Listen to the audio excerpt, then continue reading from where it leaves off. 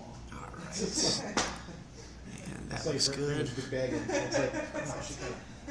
Hello everybody, welcome to another camera class. Today is January 2nd. It's the first of the month. Happy New Year to everybody online. Thanks for joining, and as always, we'll jump into things in a second here. For anybody brand new to this, my name is Saxon. I've been hosting the camera class here at APT for a couple of years now. But in general, so let me make the presentation nice and big for everybody here. You do not have to read off that tiny little screen. I get it, keep it nice and big. I just like to make sure that my volume looks good. Yeah, mic and aux, we're good there. Awesome. So, camera basics, introduction to cameras. Really the idea behind this is there's a few different reasons why I like to do this, why we decided to do this as a store.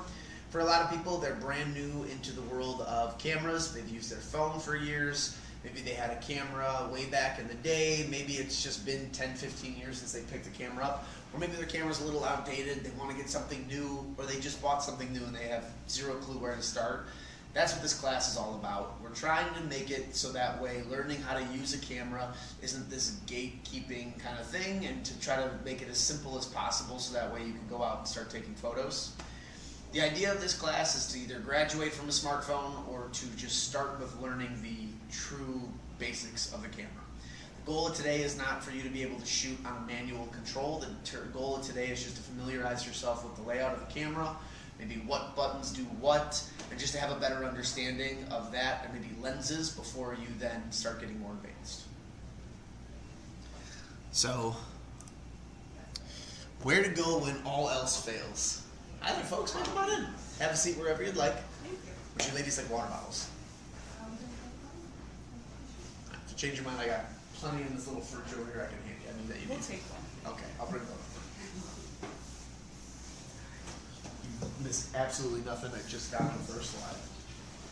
So where to go when all else fails? I like to start with this because as I am a resource, the store is a resource. We have plenty of people in small electronics who are excellent at what they do.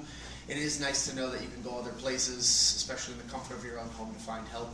I always recommend read the owner's manual. It might sound silly. Some of these new cameras have them, some do not. Someone put purple dinosaurs on the bottom. Thank you, Daniel. It's nice to read the owner's manual, familiarize yourself with that. There's a reason that the manufacturers put all that stuff in the box with your camera. It's not just filler, it's not just extra paper that's being wasted. There is something in there that you can learn, whether it's a button, a function, you make a mistake, you can figure it out. And the other thing too, if you ever play with your camera so much that maybe you screw stuff up, factory reset on there is somewhere in the directions too, and that's helpful. Imaging Resource is a website I found a while back. It's actually more of like a blog style website. You can go on, you can post questions on there, people will help answer them. They also have a podcast. It's very nerdy, it's very camera oriented, where they'll talk about the smallest details and specs of the website or of the cameras. But it's really nice to listen to if you're really into this thing. Canon, Nikon, and Sony, the big three in the camera world right now, they all have their own website that you can go on to look up information. I am a Sony and Nikon and a Leica shooter. I've been shooting cameras for 20-something years now. But I will say this much, that Nikon has one of my favorite websites out there. Like, they have this whole little program where you can actually play with a little dial that brings and shows you focal length and really spells it out for you. Crop sensor versus full frame sensor, understanding just the controls of the camera with another sliding tool that you can play with to help adjust things. So it really makes it a hands-on experience on the Nikon website. And my biggest friend, my best friend I would say, is YouTube. I have learned so many things at home on just what to do on YouTube. Fun fact, I built a bathroom in my house, all through YouTube. I am not a plumber, and I figured out how to do that. So YouTube is my personal favorite. If you are brand new to this, you just bought a new camera, go on there, type in your camera model, 10 things you didn't know, how to use. You will find tens of hundreds of videos on there that just talk about your camera. It could be 15 minutes, it could be 3 hours. Definitely worth the time if you have it. So there are resources to go to if things aren't working out and you don't have time to come here. Three main types of cameras you're going to see nowadays, and from everything I'm seeing, all of you have the same, except for you have a different one. So for the most part, you're going to see cameras like DSLRs and mirrorless cameras. digital single lens reflex, and then mirrorless cameras. I think I have another slide that breaks that down. Then there's point and shoot / bridge, which is what you have. Mirrorless and point and shoot and bridge are basically the same, minus one important detail. Mirrorless cameras, their lens can pop off. And you can interchange those lenses for other lenses. But for someone who's interested in having just a camera that's all in one together, they don't need to fiddle around with changing lenses. Point and shoot and bridge cameras do exist. The only reason that mirrorless would also exist in this case is because a lot of the camera industry is on the lens. The higher quality of the lens that you buy, the better your images come out. I have a little fun saying at the end of this, but it's usually marry your lenses, date your body. You probably get about 10 good years out of a camera body before you start to notice problems with it. And then that's when upgrading the camera body is a great idea. You collect these really expensive and high-end lenses, then you should be able to move them over to that next body. But in the camera world, these are the three main cameras that you're going to see. So we're going to basically talk in the very beginning. That'll cover all three of them, which is button layouts and what things are and kind of just some small little things to know. The end of the class, we talk about lenses today, so that might be where for you it might not matter as much, but the focal length, understanding that might be really important. Mirrorless and DSLR, when asked about it, this is the way that you can look at it. For a lot of people, they still are shooting with a DSLR camera, and they're at the stage now where they're upgrading into mirrorless. That's usually where I see most of my customers coming from. That's what we talked about earlier too. But in the same boat, a lot of customers say that they loved shooting photography, they gave up after a while, phones came out, and now they're trying to get back into it, and I see that side of things too. But to understand the main differences between them, because I get asked all the time, photography requires light. So light comes into the camera, bounces off of a mirror in a DSLR, that hits what's called a pentaprism, which is just another fun word for another mirror at the very top of your camera, and then comes through the optical viewfinder. Very similar to how a SLR camera or a film camera would have operated too. Now, the difference here is that with a film camera, that mirror would kick up, and then it would hit and burn an image into the film. You would then move it forward. The film would then eject itself into a smaller section of the camera on the right-hand side. In this case now, the mirror kicks up, and now it burns an image under the image sensor, which then lets you see it on the back screen or the viewfinder. In the world of mirrorless cameras, there is no more mirror, which in that case means that light comes in, hits the shutter, which then, when the shutter opens and closes, that hits the image sensor. The digital viewfinder then picks up everything that the camera is seeing. So in this case, what we're going to notice is that mirrorless cameras are smaller, they weight much less, and they take up they have a smaller blueprint, if you will. So making the jump though, what you'll see is with mirrorless cameras, they're better for low light, they're better for video, they're better for overall photography when it comes to resolution, quality, and size. They have less vibration on there because there's no mirror kicking up and down. There's a lot of benefits to mirrorless. I'd say about 5-6 years ago, the argument could be made that mirrorless was still kind of in, and that DSLRs were still the superior camera. Now you're seeing a huge shift. Nikon and Canon are really the only two holding on to DSLRs anymore. Both have announced that within the next year to 2 years, we will no longer see them. And Nikon's been a big proponent of DSLRs, and they've really cut down. There's about 3 models that they're still manufacturing today, where Canon has 1, and it seems like it's on its last leg. So if you're wondering what the difference is for anybody online or anybody here, that's it. So we'll start with SD cards. Before we get into where the buttons and the layout is, I do think saving your photos, storing your photos, and having a good system of how you do this is important.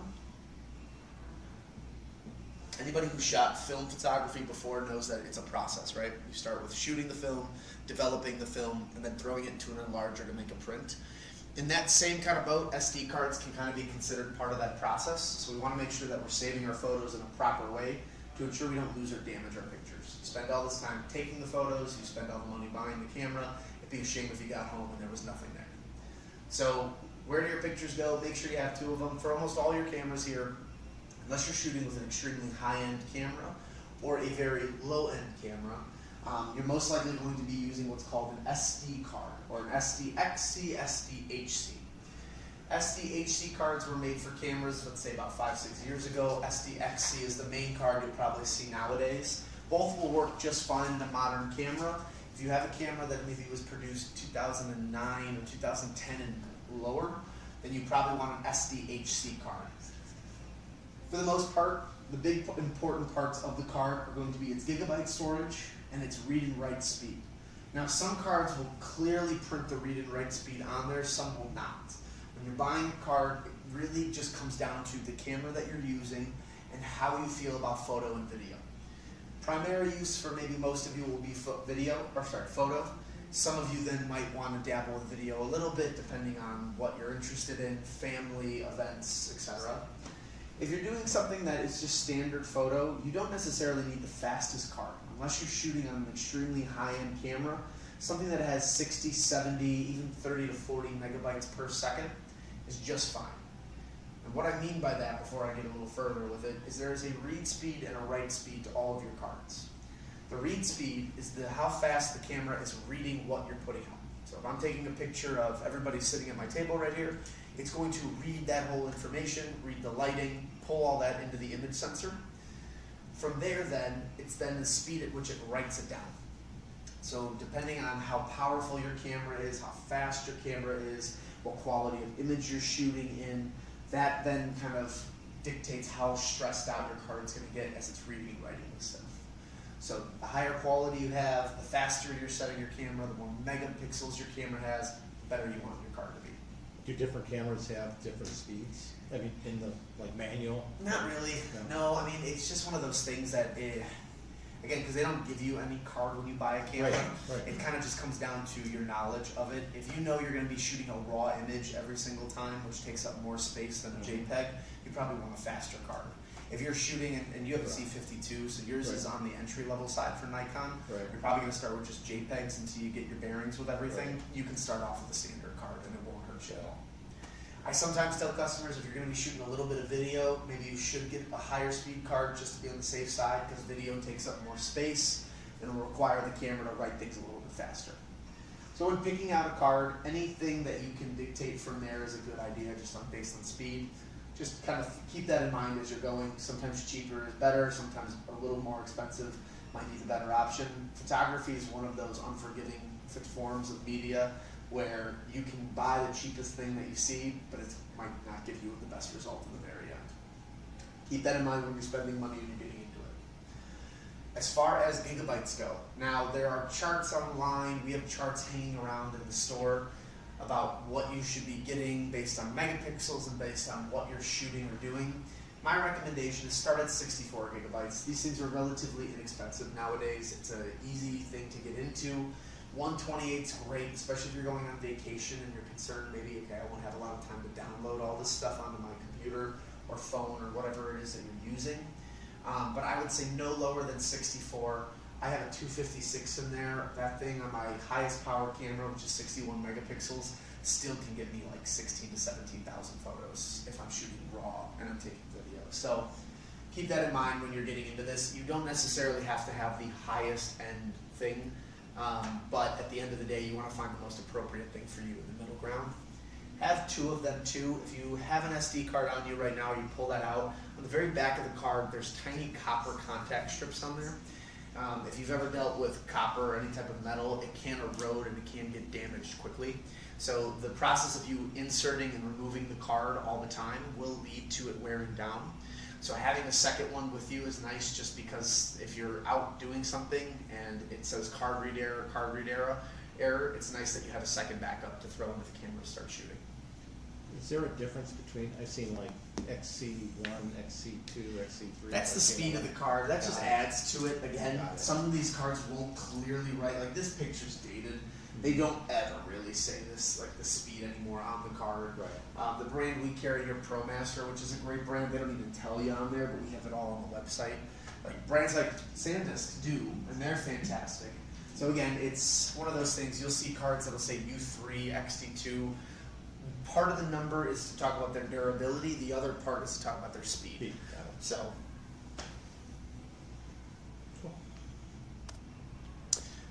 Another thing too, your card picture shouldn't live on your memory card. I have a customer who comes in to buy SD cards from me frequently. I checked his customer history a few weeks ago. He has bought 32 cards in the span of a year. He will fill the card up, keep it, put it off to the side. I look at the SD card as a vehicle. If, let's say, your camera's your house, your computer's work, the SD card's going back and forth between the two. It's to transfer the photos over, clear them out, delete it, so that way you can then keep using the card over and over and over again until eventually it starts to fail on you.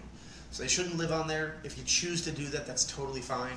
But I have heard horror stories of people leaving them in cases or leaving them over time, and the cards just eventually, just through it being sitting there, just don't work. So don't be surprised about that. Have backups, and that's what we're going to talk about now, which is saving your photos. So I have a couple different steps to how do I do this. So for me personally, every time I'm using my camera and I'm done shooting, and I go from event to event when I take my photos off my camera, I start by turning off the camera and waiting at least 5 seconds. If you do anything with your camera, one thing I recommend is when you turn off your camera after shooting a bunch of photos, hold it next to your ear. You can physically hear the insides powering down. Waiting the 5 seconds before you remove that card, I think, is crucial. You're just giving your camera an extra little bit of time to make sure that it shuts down, it completes its functions, it's not processing any more data of yours, so that way you know everything and anything you just took is being saved properly. Video, this is very important. I would even wait maybe 10 to 15 seconds with video, or I would turn it off and then take it home and then start doing the stuff. Remove the card. Now, I personally recommend to place that in a card reader and remove the card. Try to avoid using your camera to transfer photos to and from your device. These new devices are fantastic. All three of your cameras that you have in front of me, they all can do Wi-Fi and Bluetooth transfer. You download an app, you can connect to your cell phone, you can get all the images off, which is great. It will lower the quality of the images slightly. So even if you're shooting in RAW or you're shooting in a fine JPEG, number one, it'll take up more space on your phone, but it will diminish the quality slightly. I don't like plugging my whole camera into my computer to get the photos off. I just think of kind of even right now with all the things I have around my computer, the wires, everything else, you have your water bottle with you or something else that you have at the table, maybe a glass of wine or something because you just did all this work. And I have a dog that has a very happy tail, and I think of him coming over and knocking stuff off my table, grabbing stuff. If you have a toddler or kids at home, just anything that could happen where it could damage your camera and your computer would be a real shame. The computer is always in kind of an area of crossfire, but if you can remove your card and put your camera away while you're transferring everything, and at least if something does happen or go wrong, which knock on wood, hopefully it doesn't, you're protected in some way, shape, or form. Easier to replace the card and maybe dry the computer out with some rice than it is to damage everything. But also at the same time too, if you accidentally unplug your camera while you're transferring images, there's a chance you could lose everything on there too. So that's another reason. Having the card in the card reader that plugs into the computer is just one simple way to get rid of it or to avoid problems. Get a good card reader. There's so many different forms out there. I like these ones that look like USB sticks because they fit into your bag really nicely. If your computer lacks ports and things to plug into, they make ones. They're a little more expensive, but they do have plugs on the side so you can charge other devices at the same time, which kind of defeats the purpose of what I'm talking about now, but still is an option. If you're using a very high-end camera that uses what's called CF Express XQD cards or compact flash, then you can buy the higher-end ones for those too. But for the most part, 3 cameras I see in front of me today, and for probably the majority of people watching online who are using standard cameras or SD cards, the 2 on the left are perfect. One probably costs $20, the other one costs maybe $60 because it has all the extra ports. So they're not overly expensive. They are another piece that you should have for your camera. This is my most important fact that I have for you guys before I teach you how to delete everything. So when I start moving my photos over, the first and most important part is I'm copying those photos. I'm not simply clicking and dragging them over. That's just you moving the files. You want to copy them. This being said, if let's say you do have a disruption in the connection, computer shuts off, you unplug something, power goes out, and you're on your desktop, the chances of them being lost because you copied them from one part to the other are very minimal. Versus if you were to move them and they're in between that transfer window, there's a chance you can lose them. So copy, don't move. And when I say destination folder, when you're on your computer, you got 2 options. I like to left click and create a new folder right off the bat, or right click. Yeah, right click, create a new folder. Name the folder whatever it is that the event that you took photos were. It could have been Christmas 2024. It could be your kid's t-ball game. It could be your son's first steps. It could be your child's wedding. Whatever it is that you're doing, label it that. Maybe put the date next to it so that way you have an easy way to find it. Maybe I forget what year a certain Christmas event happened, but I have all my files full of photos. I have photos from 2002 now all the way up to 2025 on a hard drive. I go through. I'm very anal about my photos, so what I do with them is I first have folders for each year. When I click on that year, then I have a folder for each month. When I then click on that month, I have the event and the date that it took place so I can find it. So if I go onto that search bar for my hard drive, which would be Windows if I'm using, or Explorer if I'm using Windows, Finder if I'm using Mac, I can type in Christmas, and I should get from 2002 all the way to 2025 opening up. And then I can click on whichever one it is to find the photos I'm looking for. Organize your photos in a way that will make them easier for you to find later. Again, you might not care about them right now.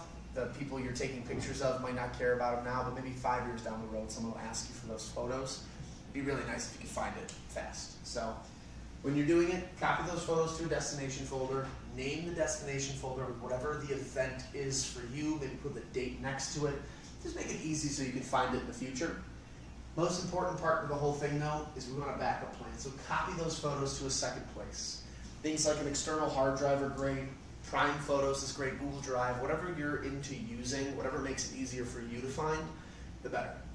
I am not a big cloud solution guy.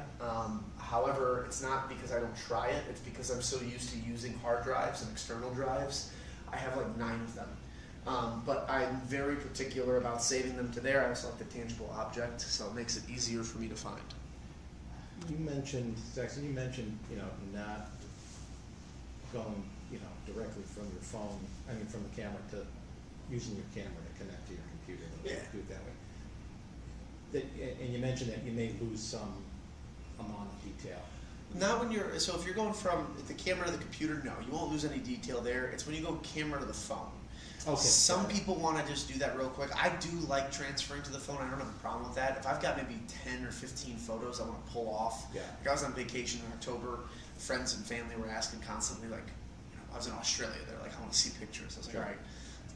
Transfer 10 photos over to my phone, text them out. Those are fine because I don't care about the quality of it going there. Right.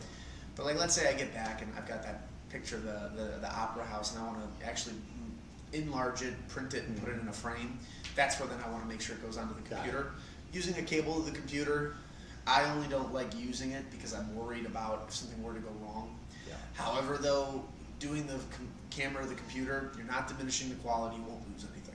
How about moving the stuff up to whoever manufacturer, like Nikon's got their cloud. They do. I'm trying to think. I've actually never used it before. Were you saying from the phone though, or from the computer? This is on my, this is now, connected on my network, I think, right? And so now I can just load it up. I can send it to, Nikon's cloud. Right? Yeah, I've never heard of it actually diminishing the quality. I've also Yeah. personally never used it that way. Well, it's kind of weird because I had it set up so that it would go up there and then it came back down. Like Yeah. all of a sudden it's in iPhoto. Well, So I yeah. stopped. I just, kind of like, okay. There is, so typically in my experience, whenever I've done it, and I've sat down with a rep to do for both Nikon and for Sony, typically Bluetooth to the phone lets you control as a remote. So I can then set my camera up on a tripod, Right, do right. self-portraits. I did it for my LinkedIn page one time. Then if you do Wi-Fi, that's what helps you transfer the photos from there to your phone. Okay. Now, I could be wrong, and they could have that cloud feature in there, and I've never personally used it, so maybe that's just something I've never known, or that's something new to the Z52, since that is their newest camera they've come out with. So I have to play with that a little bit and see. It's called SnapBridge. Yeah, I have SnapBridge as well, too. Yeah, that's the same app, but I've never seen that feature before, so I'd have to look into that. Okay. I'm not 100% sure. I don't think it'll damage it, or I don't think it'll diminish the quality. Okay. I don't. I'm just curious. Last couple steps, eject the card before physically removing it. If you have a MacBook, drag it to the trash can. If you don't, right click on the card, there should be an option to eject. This just is the same way of turning your camera off, waiting 5 seconds. Ejecting it will then make sure that it is done using it, it stops its use, so that way when you remove the card, you don't accidentally lose something. Two options to then format the card or erase everything in there. If it's your first camera, first card, first everything, first and foremost, you should put the card into the camera, go to the settings and hit format. This will just ensure that the card is optimized for that camera. Will it make or break your images? No, but it could be the difference of you getting maybe 100 extra images on your SD card because the card is now set up appropriately for the camera you're using. After you've taken a bunch of photos and transferred them and done everything on the computer, formatting will then erase all the old info on the card as well as then optimize its storage for you.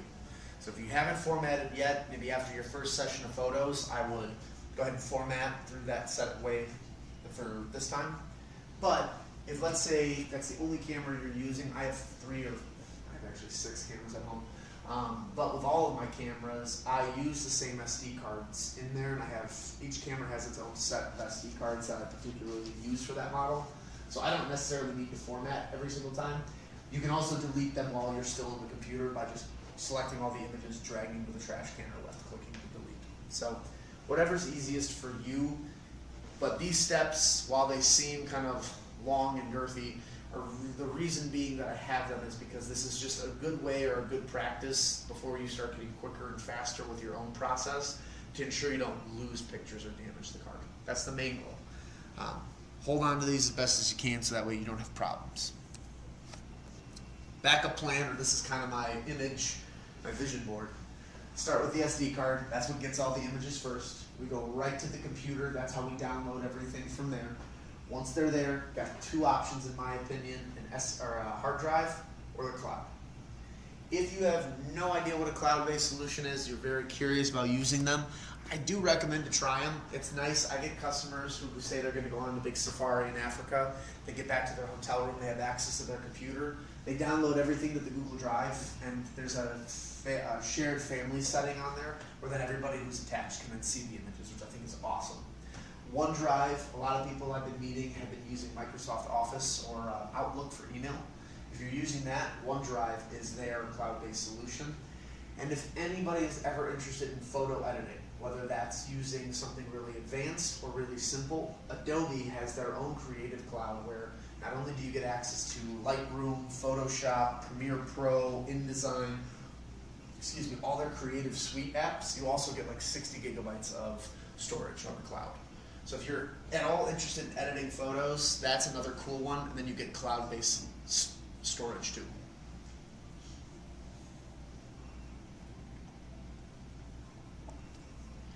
All right, now we're going to go through a tour of the camera. So now we're going to talk about buttons, everything else. For anybody watching at home, for everybody here, the pictures are of a DSLR camera. So there are more buttons on this DSLR than you will probably see on all of your cameras. However, I'm going to break it down and then also explain maybe its mirrorless counterparts. That way you get a feeling or understanding for it. In this, I will show a mode dial button switch, and I will then show how complex it can be because every camera is going to build their camera slightly different. Every brand is unique. However, almost every brand, if not all brands, have a form of this button somewhere on there, and that's what we're going to talk about. And it's great because you have a Nikon, you have Kodak, you have a Sony. We got meshing. All right, let's start with the top of the camera. To keep things very simple, you should have a power switch. Power switch is the on and off button. Typically, that is somewhere around the shutter release button. A click on the shutter release will then take a photo. Half a click on there, you should get some boxes that then pop up. That's your focus. Around that same area, and it could be different. Sometimes they're on the front of the camera, sometimes they're on top of the camera, should be a red circle or a red dot. That's your video button. By clicking that button, it starts the video, it stops the video. So if you're using automatic settings, that's how simple that is. So that way you don't have to fiddle with trying to control manually the video. You're on automatic, you want to just start taking a video, one click starts, one click stop. Somewhere on your camera, you're going to have a kind of like a yin and a yang symbol. It's a black and white plus and minus sign. That's your exposure compensation.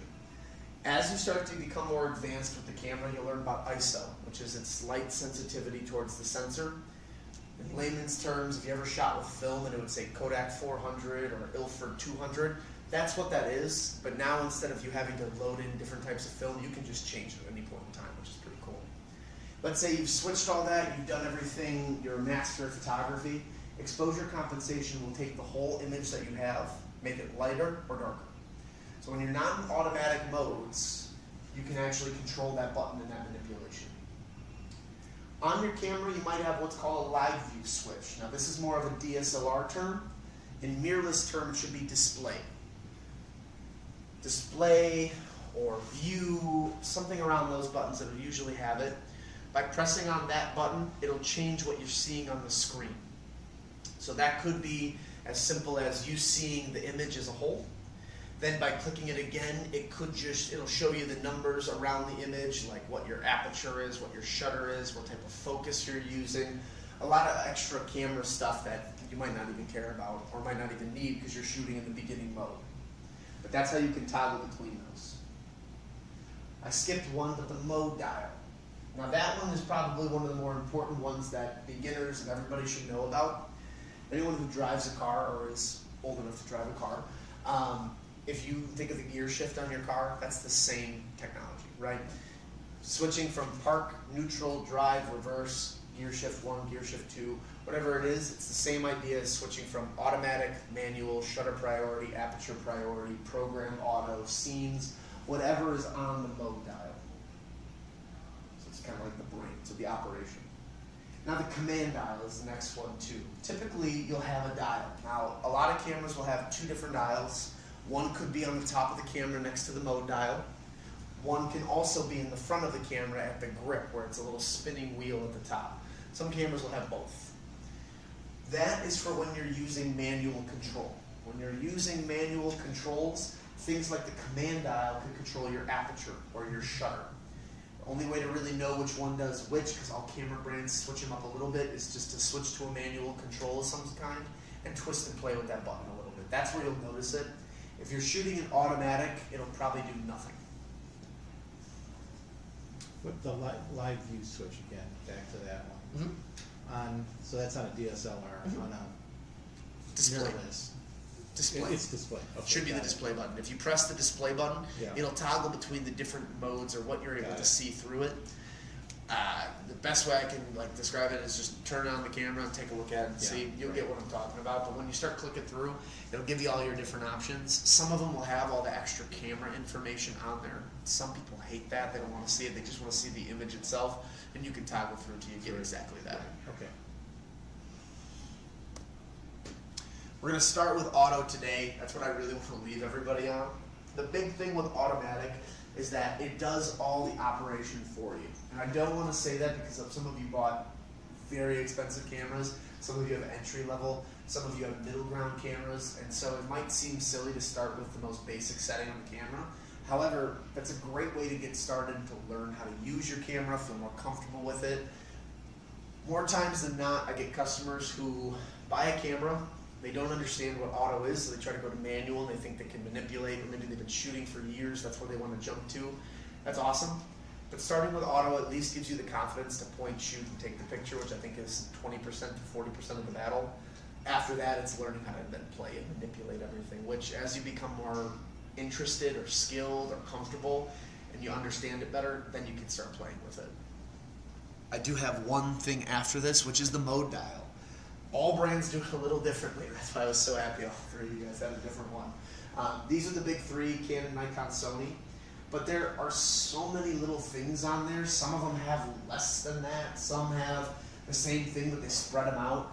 Everybody does it a little bit differently. So that's where it's important. Look at your camera, read up on it. If you have questions, ask them, because I'm always here to help. The internet's always there to help too. But all brands do their mode dial a little bit differently. It's important to learn what exactly what is. The most important ones that you'll see on the camera though are usually these. Auto or A+, it might also just be a green image too. I know with Panasonic, they do an IA button, but it's green. Anytime you see auto or green, not to be confused with A, and I'll explain what that is just auto control over the settings and functions of the camera. All you do is point and shoot, and it'll do the rest. Sometimes the image will come out amazingly, sometimes not so great. That's where then you'll learn, and then hopefully manual control will come into it naturally as you practice to really understand what you're doing. Manual is full manual control over the camera's array of functions and how it works. Very complex, it'll take sometimes a long time to get there, but there are 2 other modes that you can try if you're very comfortable with automatic. I'm going to skip actually to one more. Automatic's great. If you become more comfortable with it, I recommend going to P. That's program auto. So aperture, shutter, and ISO are all automatic. But certain focus parameters, certain details like white balance or target recognition or focus parameter is in, like, you know, do I want a wide, a medium, or a small area to focus on in the camera? All that's customizable. So if you become great at auto, you're comfortable with that, now you want to fiddle with a couple little settings, program auto would be a great one to start with. And then if you become very comfortable with that, I recommend using aperture or shutter priority next. Aperture priority is going to give you control over just the aperture, which we'll go over next week a little bit more in detail because this is manual control. But aperture is the amount of light your camera's taking in, and then it's foreground to background separation, which again, I have examples and pictures of everything next week to go through and explain that. On the flip side, shutter priority is the speed at which your camera is capturing an image. Great for movement. If you're at a game of some sort, a baseball, basketball game for little ones or friends, then you might want to use shutter priority so you can slow or speed up your camera to get the image you're trying to get. Both are a great way to start stepping into manual control without having to go full manual. So I highly recommend it. It's a great option, great thing to start with. B, I should probably take off because it's more of a DSLR thing. The camera's still fully customizable, but as long as you're holding down the shutter release or you click it one time, the camera's going to stay open. This is for long exposure photography, which nowadays they just have it where when you're doing one of the manual controls, you can access it. But it used to be actually a big setting on the mode dial people were really obsessed with, was just long exposure. You probably won't see that on most cameras anymore. If you do have it on there, then I do apologize, but most people don't have B on there anymore.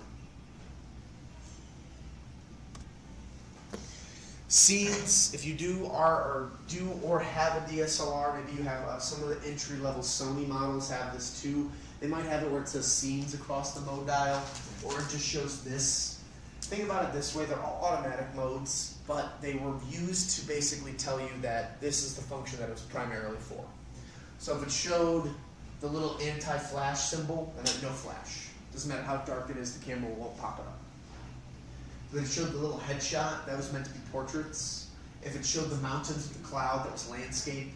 Showed that really up-close flower, that was supposed to be a macro photography or close-up photography. Running Man was speed or like movement. And then the last one would have been like an all-white square with a little star behind it. That was for nighttime photography. If you have that button on there, that's exactly what that means. Again, you really don't see that anymore, including ADEP, which is it's a really long term for an automatic departure, which is like basically wherever settings you had before, that was a customizable setting. They don't need to do that anymore. Now it's like C1, C2, C3 on your cameras. And then there's a video button, which they do have still on there. You might see it on the dial. However, for people who are just beginning or people who just want to shoot a video from time to time, you can really keep it on automatic and just hit the red button, and that'll start recording. So on mine, there's a scene option. Yep. Right? So when you get to that, then you can use the dial. yeah, basically you go and you usually, so that's where I'll talk the next buttons. Yeah. There should be this I button, FN button. I believe for Sony or Nikon it's FN. You should see it on the right over. Yeah, you have an I button. Yeah. Okay. You basically press I, and then there should be a section in there where it'll say scene mode, and then you can scroll through and select which one you want. But that's the idea. If you just have scenes on there, it just says that. That's what that is, but now you can access it. And funny enough, yeah, this is a Nikon camera body that they're showing the picture on, so that would make sense. Got it. Side of the camera.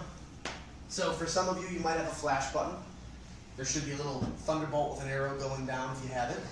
If you don't have that, sometimes you can just flip the flash up. Your Sony does not have that. Your Nikon does. Yeah, it does. Sony prides itself, so long story with mirrorless technology, I do love telling it. Leica created mirrorless. The Germans really did not think it was going to go anywhere. So this is mid-90s, early 90s, they created it. Minolta was like, oh, we'll take that from them. So they bought the technology from Leica. Minolta started really falling apart when the DSLRs came out from Nikon, Canon. So they kind of fell apart. They were going to sell off the camera line. Sony, being so successful, was like, we're going to try to take this and make it something big. Sony prides themselves. They only made one iteration of DSLR cameras. It failed miserably, but then they just kept pushing mirrorless technology. So Sony is like the godfather of mirrorless technology, to the point where flashes don't really exist on a lot of their models because they have some of the best low light photography in the game. Not to say that you won't ever need a flash, but I get a lot of people who ask about when I should be using a flash. A room like this would be a great example. You've got high ceilings with canned recessed lighting going up. The lighting itself is more of an orange tone, so it would lead itself more on the warm scale Kelvin. That being said, if we were to take holiday photos in here, pictures would look okay. But if you had these kind of like nasty white lights that are showing up in here, and for everybody at home, I apologize, you don't get to see what I'm talking about. That might be a great time to have a little flash. That way you can tone down the photos later on editing or doing something else to help with people's complexion and everything else. For the most part though, you don't necessarily always need a flash, but they have it on there, especially for these all-in-one cameras like you have, or in your case, the entry-level models where then they'll have just a nice little pop-up, give some light.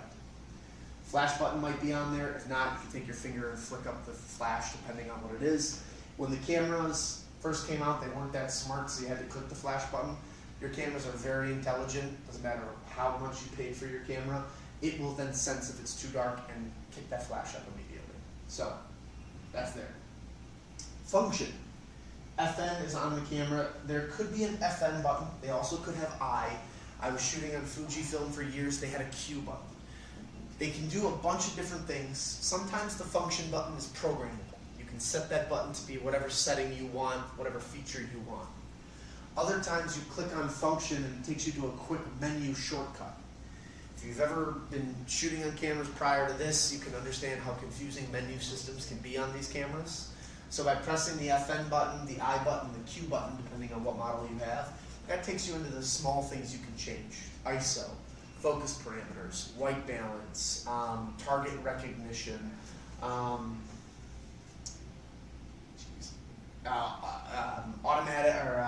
autofocusing, manual focus, continuous focus, all that sort of thing. So experiment with your camera. Sometimes it'll be a button you can program in the actual big menu system of the camera.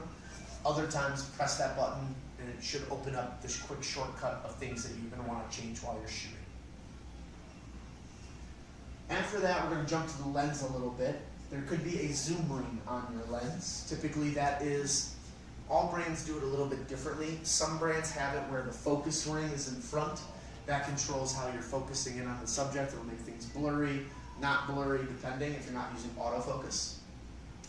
The zoom ring, though, will actually zoom the lens in and out for you.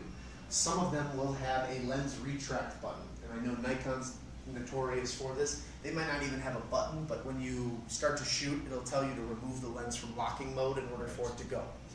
All that basically means is that the lens itself doesn't have all the advanced motors or the most advanced technology in itself. So to protect the lens while you're traveling or moving around, they have a little lock button that then keeps the lens from expanding while in your bag or while you're walking, just to keep it safe. In that case, you click the button, hold, twist, you'll hear a click, and then you know that you're good to start shooting. Hold again, twist until you hear another click, it now locks back into place and safely to be stored. But again, focus and zoom ring, they're on the lens, they could be flip-flopped, it just kind of depends. Some lenses won't even have a zoom ring because they're a prime lens. We'll talk about that at the end. Lens release button. When you're using the lens release button, if you hold and turn clockwise, the lens will then pop off. You can then load another lens onto the camera. Typically there's a white hash mark, white dot, red dot, something on the camera to indicate where the two parts line up to then switch and turn on the bayonet system. Drive mode. Somewhere on your camera, you're going to see what looks to be like a timer and a stack of squares. That is your ability to switch the camera's operation drive mode. If you don't see that button on your camera, check. Sometimes it's on the little dial pad on the front by the screen.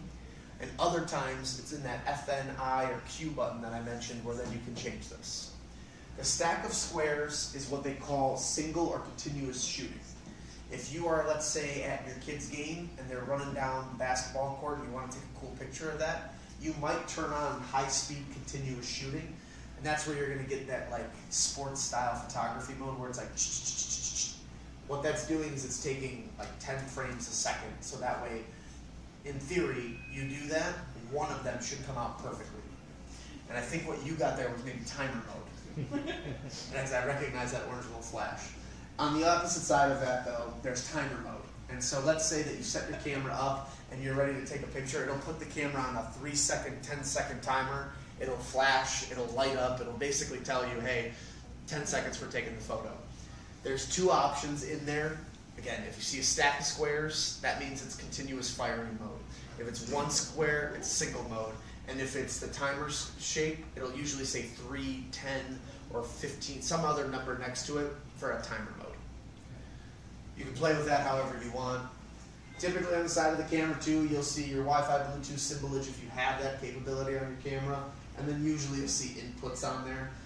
Now the inputs are weird, if anyone ever asks or you have questions on it. Typically one of them is for what's called a shutter release.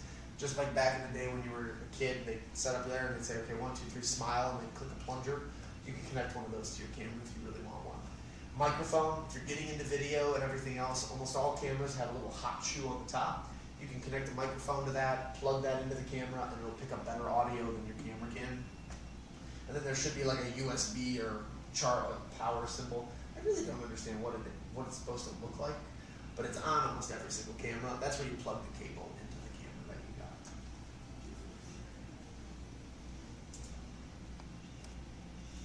Now we'll move to the back of the camera, which may, again, now some of this stuff might have been not here, might be on the top, might be on the sides. Every camera is different. What I like about this though is it really covers all the buttons that you will see somewhere on the camera. Talk about that FN, the I button, the Q button that I mentioned earlier being kind of a shortcut to menu. If you don't need the shortcut to menu, go to the actual menu button. Most of them have it, top left corner, somewhere around the hand grip of the camera, but usually they have it in a place where you necessarily can't click it on accident too quickly, but you can get to if you need to at any point in time.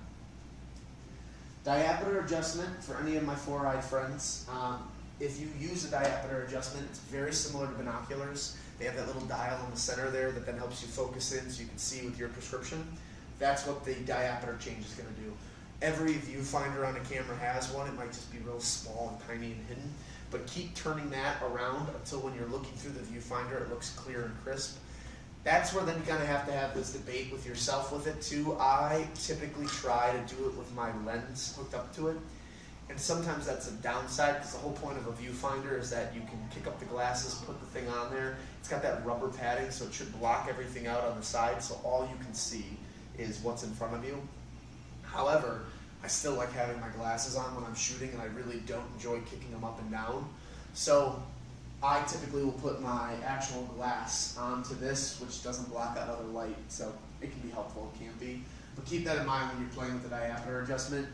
Glasses versus no glasses, contacts versus no contacts, depending on what you need for that, you might have to readjust it a few times. When you're adjusting that, are you supposed to be like looking at the image or like the numbers on the screen? When you're doing Does that make sense? Like what should be in focus? It should be the image itself. Now you're not looking at it when you've just already taken a photo. Okay. Basically, I would hold the camera in front of me, I'd focus in to make sure that you were locked into focus, that green square would pop up and would show you're there. And then from there, I'd look and make sure, can I actually see you or not? And then that's where I'd start turning until you're perfectly clear. Okay. It's like going to the eye doctor and they go, number 1 or number 2. That's the way I look at the diameter change, where I'm just going to keep adjusting it until you look perfect. Okay. The numbers, I have to see on yours because I'm not 100% with the numbers. I feel like the numbers are there for exposure compensation, where it's like, is it like 1 through 2 on the bottom? Probably. That's exposure compensation. That's exposure compensation. But yes, that works. Don't look at the numbers. Look at the edge. Let's take a look.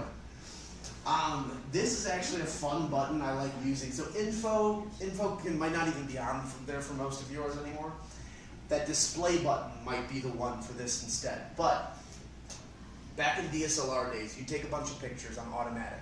Let's say you got that one image where you're like, that was perfect. Everything about this picture looks great, but you're on automatic, so you weren't changing settings. So your question to yourself might be, as you're trying to get better at this, is what did my camera do to take that image? I'm going to jump a couple buttons. You could then hit the image playback button. It should be a square with a triangle around it. That's then your ability to go back through the library of photos that you took. Using the multi-selector, which is that dial wheel I was talking about in the back there, it's like your D-pad or your kind of movement pad on your cell phone, back when flip phones were a thing. You can use that and scroll through and take a look at all the images that you've taken. Some will rotate like a circle, others gotta just keep clicking the button until you find it. If your camera has an info button, let's say you find the perfect image and you're like, I wanna know what my camera did to do that, you can hit info and it'll tell you aperture, ISO, shutter speed, what its focus parameter was, what white balance it was using, all the different setting controls that you might change in a manual setting. So I like to use that as a tool for a beginner, because if you take the time to look at that, that might be a mental note. And I'll say it now with this, there is no one way to take a photo when it comes to manual control. Anybody can take a great photo and people can use a whole bunch of different settings for what they're using. When it comes to photography, it's having the general knowledge of understanding that by changing my aperture, this is what I'm gaining from going back and forth between the numbers. From changing ISO, this is what I'm gaining, shutter speed to light. So from there, if you're using the image playback button and the multi-selector to find that great photo you just took, you can then use the info button to find out what settings the camera used to then hopefully help you make educated guesses in the future in manual or any of the other controls to take a similar photo. That could be, you had perfect sunlight coming down and the camera chose to do ISO 400. Or maybe my subject was 50 feet away from me and it said it used aperture 4.0 to get that shot. It could be something like that, which again, might all make no sense right now. Hopefully next week is where it helps make a little more sense. But that's what the info button can do. If it's not info, it might be display. And if it's not display, hit the playback button, and a lot of the times when you're in the playback situation, it'll tell you the button to click to get details. Focus or exposure lock. So this one I always get questions on. It's changed from year to year, but to make it very simple, your focus or exposure lock is your camera's ability to lock in your focus or the exposure of the image. The best way I can describe this is that there was a woman who came into me about a year ago. She was taking photos for like an Uber Eats account where they were going to basically be taking all the different foods to set up on the app to then when you go to order, the food looked like what you were going to get when you order. So she asked what we should do. We looked up all these videos, pictures, whatever we could do. And where we came down to was she basically put like a little piece of tape on the table where she was going to pull a new plate of food, had the camera positioned over the food to then take the image. She got her settings on her camera set the way she wanted to. She then hit the exposure lock on there. It kept everything the same. So all she had to do was hit, focus, click. Move the plate, put the new one into the frame, take the picture. Didn't have to refocus, didn't have to readjust the exposure. It locked it into place so she could continuously take the same image over and over again of different things. This is what they do when you do your school picture day at school. The photographer basically has their setup. They just keep clicking the buttons and going through the whole thing so that way it's locked into place. If you're going to be taking pictures like this of product design or clothing or food or just anything that may be for a business, and that's where really that comes into play big time for, that button is a big feature on the camera. A lot of people, they won't need it, but it might be usable for you. We already talked about image playback, the I button. I button, FN, Q, all very similar terms. Basically, it's the shortcut menu, like I was saying earlier with the FN button. You press on that, it shows you the shortcut of quick little changes you can make when you're not necessarily in automatic. So if you try clicking that button and you're on automatic, things might be dark gray. They don't let you click on them or touch them. It's because they try to dumb it down so that way with automatic, you just get a clean photo. The OK button, very self-explanatory. That's your enter, your center button, your OK button. That's what you click to just hit say OK. Underneath that, you should see a magnify, demagnify button. those are other great tools. Why you might need them, one of the things I use them for is when I'm shooting, if I want to really make sure I got the proper detail of a photo, that it looks sharp on all the edges, I'll magnify into the image until I can, come back out a little bit and see just how crisp everything it is. Could be like a piece of hair that's coming off somebody, it could be the cheek, it could be motion that I'm trying to get into. I do it on the eye all the time to see how the eye looks when I zoom in a little bit closer. Typically that tells me how clear, how locked in I was on that photo. Just a nice clear indication if that's a good one or if I should retake it. You're not, when you zoom in using the magnify, Yeah. you're not taking the, and then you hit your shutter button. Oh, it goes right back to normal. It's not Right, going to save it that way. Exactly, Yes. okay, that's what I thought. I've actually had this before. A few customers have complained that that's not a feature they can get on their camera. Apparently, some cameras way back in the day would let you zoom in, hit enter, and it would stay that way. Yeah, okay. None of the cameras you own do that. And if they do that, come talk to me because I'd like to see that. Because there's been actually a couple customers who've asked about that, and I've talked to a few reps about that because I get big complaints about it, and they've said that they do not want to do that feature. But a firmware update can come at any point in time. And that's demagnify and regular magnify. Last but not least, delete. That's another button that you might see on the camera. It's pretty self-explanatory. Press the delete button. It'll erase the image that's there. I do recommend not deleting any photos on your camera when you're looking at that tiny screen. The only reason being is by putting it onto a bigger, that's another reason I like going onto computers, not your phone or a tablet necessarily, is because then you can see your image blown up real big. Make sure it looks good on your end. Sometimes we look at it on the tiny screen. These screens aren't that great and it might just not look right. So wait until you get home, wait until you can plug this into the computer, wait until you can see it larger so that way you can make sure it's a bad image or a good image before you start deleting stuff. Also, it takes a lot more battery to delete a photo than take a photo, fun fact. There was something I read about this, is it celery?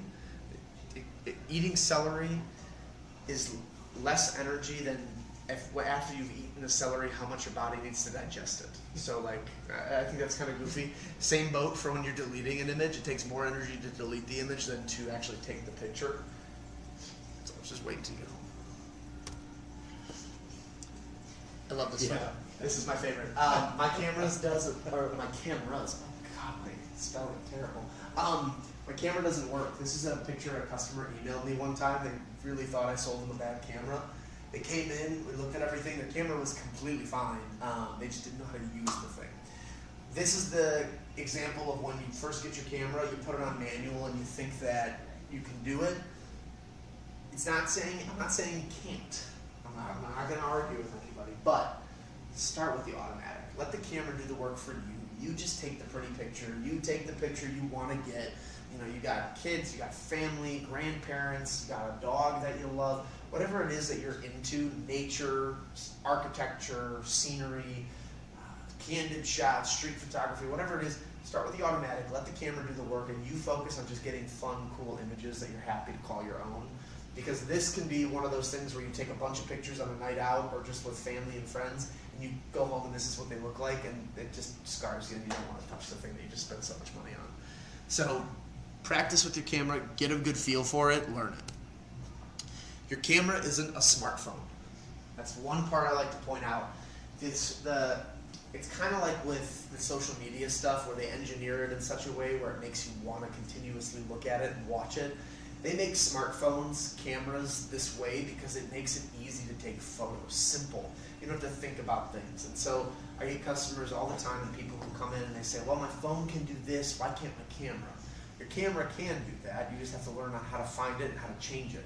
It's not as automatic as the phone. However, like anything, once you just understand it more and you play with it, it pops out and you get it 100%, you can navigate it real quick. My Leica that I have at home does no automatic focus, no autofocus. You have to manually focus. I can manually focus faster than my camera can autofocus on some of my models because I've been doing it for so long. It just takes time and practice. This is a simple one, but I'd like to talk about this. When it comes to art making, I'm a painter and a drawer by practice. I fell into photography through that. All art, no matter what it is you're doing, leads to arthritis and carpal tunnel very quickly. So if you can just make sure you're keeping your body safe by best practices. It's a really good idea. My best way to describe it is you are not a chicken. Do not chicken wing with the camera. Keep your arms down. That'll also help for stabilization underneath. Also, I look at it this way: if you're holding a camera like this and someone knocks into you, you are more likely to drop that thing over on the floor or just take a blurry picture than if you were to lock your elbows in and push them into your stomach or into your belly. So, more like this, less like this. When you're shooting with the camera, it is best practice that your grip is on the main hand on the right side of the camera. That's where all the buttons and switches are. So if you're ever questioning why everything is mainly on that side, it's so that way your thumb and your index finger can easily navigate them, kind of like when you're playing guitar or banjo. Make it quick.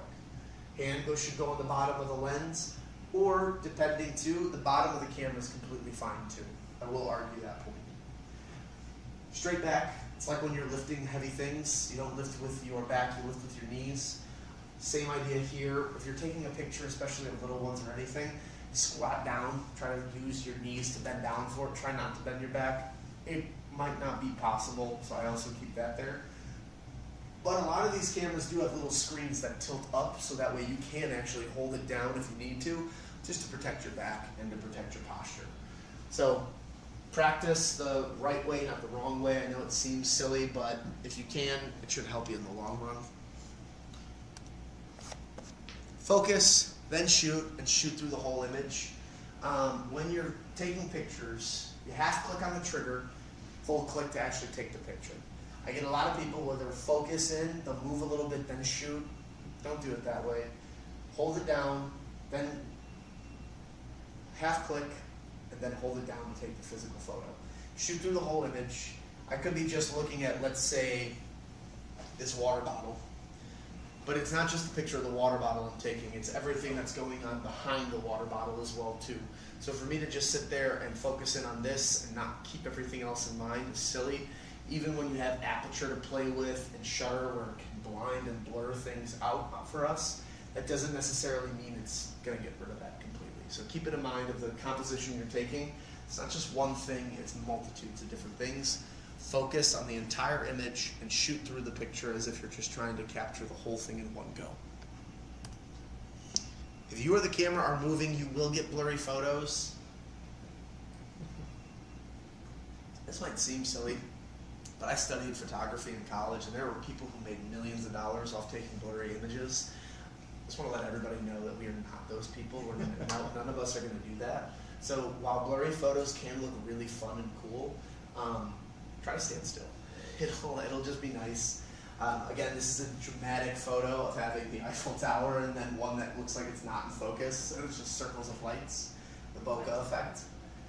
However, though, there are really fun things that we can do with the camera later on in post, and we can have a lot of fun with taking blurry images, but I think that the majority of people who travel all the way to Paris on vacation are probably going to want this picture and not this picture. So that's another thing to keep in mind. That's the joke I made earlier. Date your body, mirror your glass. I beat myself to the punch on that one. I live by this statement because I have learned now as I've gotten more into photography, lenses cost so much money, but it's that investment you make in the carry and take of the lens that overall will really help the photo. It doesn't matter if you have an entry-level camera or the most expensive camera. A bad lens is a bad lens. When you're first getting into the camera world, the kit lens is a great product to have. As you start to get better at it, you'll learn more. You'll eventually see or learn why better glasses or more expensive glasses better. However, don't let that daunt you or make you feel kind of like, it's just kind of the nature of the beast when it comes to photography. It's the more expensive the product, a lot of the times the better the result comes out to, but that doesn't mean that skill, effort, and you actually learning how to manipulate your photos does not go a long way. You can take amazing photos with very entry-level cameras that would rival that of great photographers. So never let that go to your head and make you feel one way or the other. But when it comes down to it, you're wondering, should I put a lot of money into the body or the glass? Depending on where your budgets are, that's where you have to make your decision. But I would definitely highly recommend investing in better glass over time. That being said, we can talk about focal length and zoom. This will still be nice for your camera, the Kodak, but after this, then we'll talk about different lenses and structures. Focal length and zoom are the same thing. To put it simply, scientists and engineers figured out that these numbers of 70 millimeter, 105, 200, 400, they did the math, they did the crunching of the numbers, and they figured out that measurement. That does not mean that you're zooming 70 millimeters. That's a very small distance. It does also not mean that your camera's coming out 70 millimeters. It really drives me nuts that that's a thing. However, I am not an engineer. I am not a scientist. I just know what the numbers mean. 70 is, in this case, going to give us this style of image where we have water, swampy, marshy area, what seems to be birds in the middle there. We then have greenery, a small mountain range that we can see that's slightly bluer in the distance, and then a wide open sky. We zoom in 35 millimeters more, and now it looks like those are actually birds, and we're getting real up close to them. Still have that body of water in front of it. That swampy area is still pretty close, but it's closer than before. The sky is smaller, mountains are closer, greenery, and now it seems that we got a town, city, or something in the background there. We got buildings. At 200, there are birds here too, actually, and that definitely is birds. Greenery, the tops of the buildings are showing very clearly. Mountain range is much closer. Sky is very small. And at 400, we are on top of the birds. We can definitely tell those are birds. The water that was in front is now gone. We have just that greenery area, or that marshy area. This is green. We got the building. We can see the individual windows now. And the mountain range is the only thing we get. No more sky. When we think about zoom, it's not just the product that we're pulling in, it's everything else that we're pulling in. And they show that little thing on your rear view mirror that say objects may seem closer than they appear. This is that same kind of concept going into this, right? The way they manufacture this glass is that you're pulling not only just this thing closer, but everything else closer. As that tends to happen, you distort a little bit. So that background gets even closer to you than it was before. Because when you think about it, from right there, that background seems still really far away. But then when you get to here and you've zoomed in on the birds, the mountain range seems like it's extremely high above where it should be. But that's because the lens distorts slightly. It's going to make things look larger, especially in the background, but our main subject pulls it in really nicely. So again, when you're zooming with the lenses, that's what you should be thinking about. Focal length and zoom are the same thing. The number of focal length basically is the larger the number is, the tighter of a view you have, versus the smaller the number is, the more wide the number becomes. Typically in the camera world, you'll see 11 millimeters is sometimes the smallest number, and that's extra wide.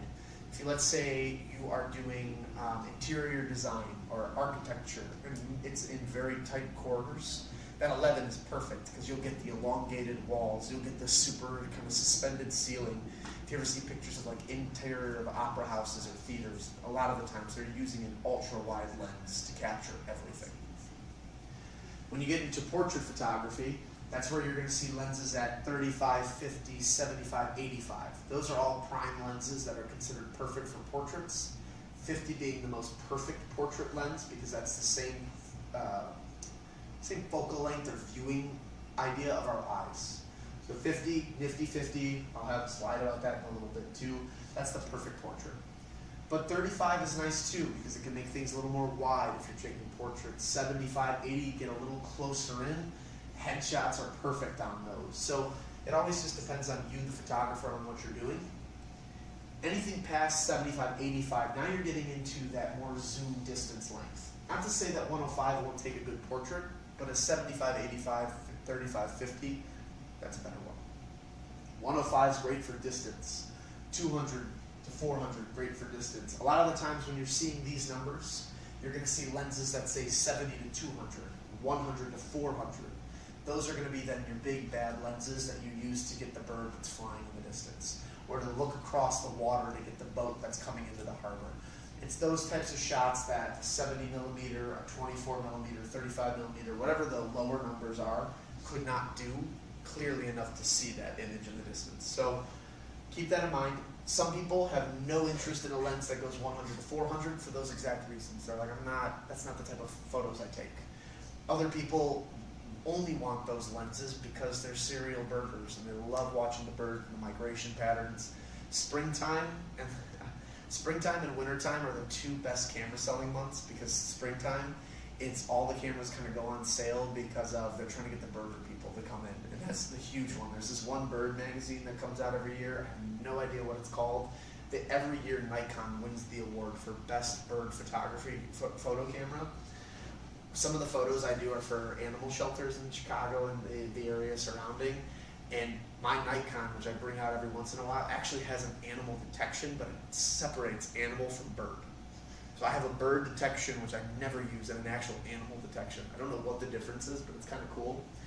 But again, all of these cameras have different purposes, functions, but lenses in particular, the number equates to kind of the angle or the focal length zoom of the shot. Smaller the number, the wider, the bigger the number, the tighter. That being said too, focal length and compression are also a part of it.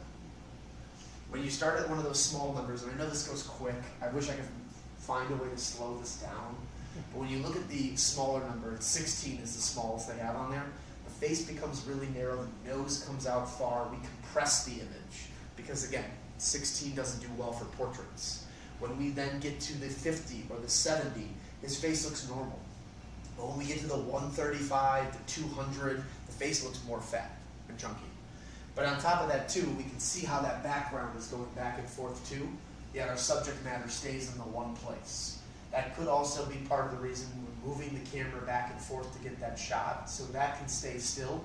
But that's another reason. If we were to use that same type of lens setup that we had on the birds, we could probably take a close-up nice of the birds and keep that background far away. However, the larger our focal length becomes for that lens, the more we're pulling everything up. So you compress the image a lot when you use certain lenses that aren't necessarily made for that function. That being said, no lens has one function. It just kind of comes down to your eye, what you're after, and what you notice.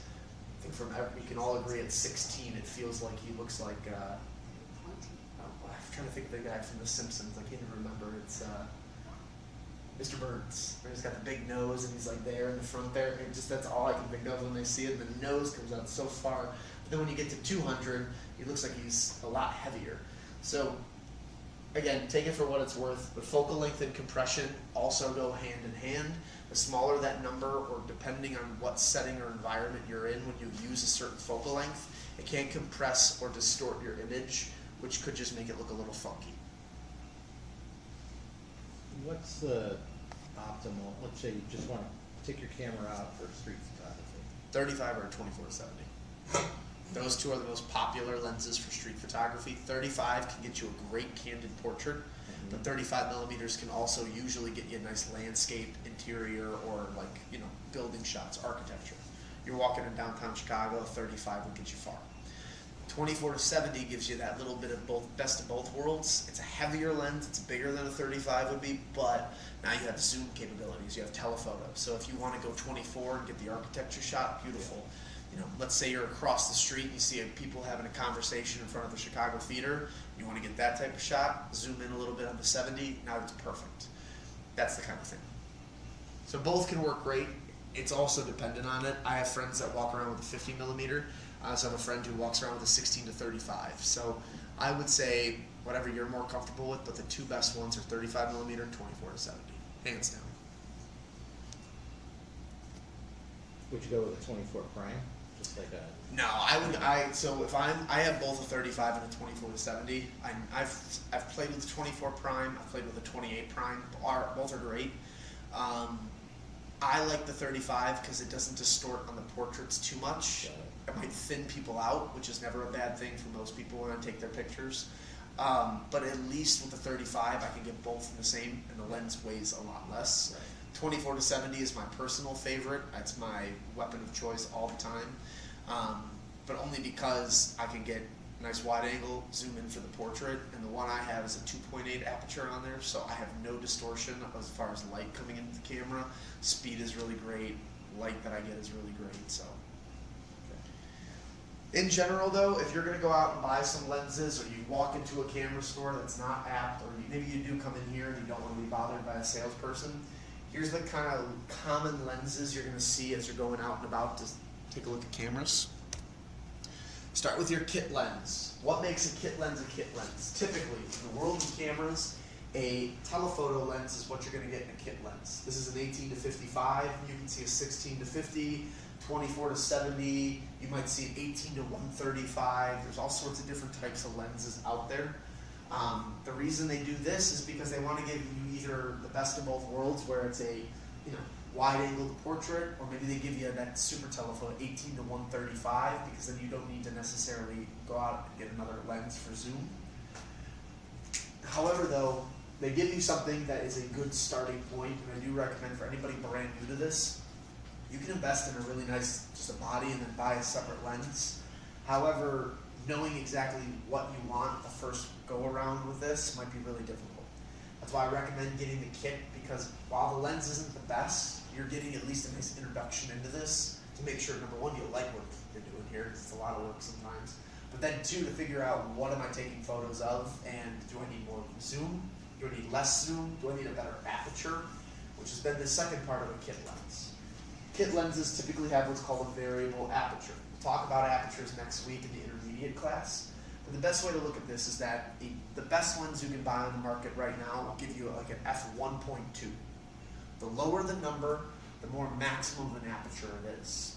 The lower the number is, the more the iris is open. So if you think about a lens like the iris of your, or the pupil of your eyeball, where it's black, when you are not in a lot of light, the iris will open up wide. And that then helps bring light in, so that way when you wake up in the middle of the night, before you go to bed, it looks very dark. When you wake up, things look lighter. You can actually kind of see in the dark a little bit. Then you're going to flick the lights on and it burns. That's because your iris is wide open. Now you're letting all the light in. The eye can't take it, so it kind of freaks out on you. It hurts a little bit, and then the iris gets smaller. That's what the aperture is on this. The smaller the number is, the more open. The bigger the number is, the smaller it becomes. There's two reasons for that. I won't kind of bore you too much, because we've already been, I've kept you here long enough. But 3.5 to 5.6 is variable, meaning that when you start at 18 and you zoom in, it's going to start at 3.5, and by the time you get to 55, if you're on the lowest setting you could be, it's going to move to 5.6. So it's not necessarily the best lens, it's not the best for low light photography, and it's not going to give you that good of foreground to background shots, or foreground to background separation, where you can just focus in on someone standing there and blur the background out. It's not going to do the best of that. However, it's going to take a great wide angle to portrait shot for very beginning photographers, for your starting point, and it probably will lead you down the rabbit hole of eventually upgrading into another lens. But for a year, 6 or 7 months, however long it takes for you to get to that point, this is a great lens. Once you advance past that a little bit, typically I get people who then want to get a prime lens or a nifty 50. Again, I already talked about it. The 50 is so nice that they named it nifty. But the cool part about the 50 millimeter is that it sees the same way your eyeball sees, which is great. In that same boat, though, it's a prime lens, meaning it's a single number. You cannot necessarily zoom with this lens. You can't do anything else with the lens. If you are trying to take the photo of somebody else and that angle is not good, you either got to get closer or you got to back up with your camera. There is no zooming with this one. However, you might not be able to see it, but I can. This says 1.4. That is the aperture the whole time. It's not going to be variable on you. You can absolutely change it from 1.4 to a different number, but you can go all the way down to 1.4, which will blur your whole background out. It'll give you a lot of light in the inner lens. If you were to take a picture of somebody and you didn't care about the surroundings, this would take the perfect portrait every single time. So this is a great lens to invest in as the secondary lens. I get a lot of people who come in, the next thing they buy is a prime lens.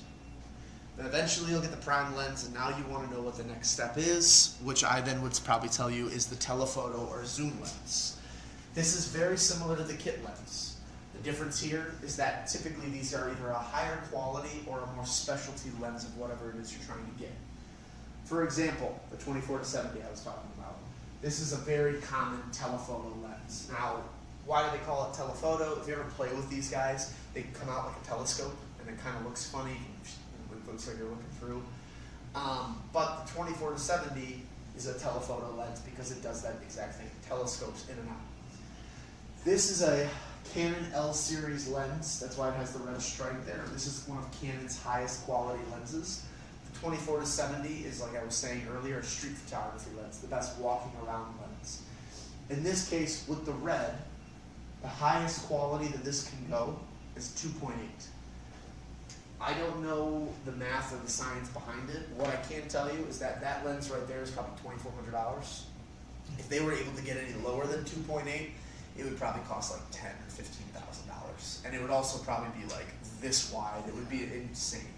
So they've at least they maybe have made it, but they do not actually commercially make these available. So this type of lens with a 2.8 aperture would be the lowest that you'll see on the market for a telephoto lens. So I've got a 1870, an older 1870. Yeah. That's 3.5 at 4.5. Yep. So that would be that's your kit lens. Yeah. That's From starting- the old, from my old Exactly. camera. starting point. Yep. Okay. It's not a bad lens. I would say it's probably similar to what you currently have on that guy, Right. the little one. Right. I was talking to a customer today too, and you can get the adapter to bring it over. Yeah. I Exactly. don't think it necessarily. Not for that. Yeah. But I have a 7300. Yes, absolutely. That'd be great. Great Right. for the adapter. Yeah. Because then you don't have to buy. Because that's when what like this is, which is 70 to 200. That little orange mark. This is for Sony, by the way. Sony has a couple different dictations for their lenses. Nikon will put that yellow stripe around it, and that's then the Nikkor glass. That's their highest quality. Usually those are made in Japan. Fantastic coating on the inside, good gas on the inside of the lenses. Yeah, weird fact, they put like nitrogen and a few different types of gases in the lens.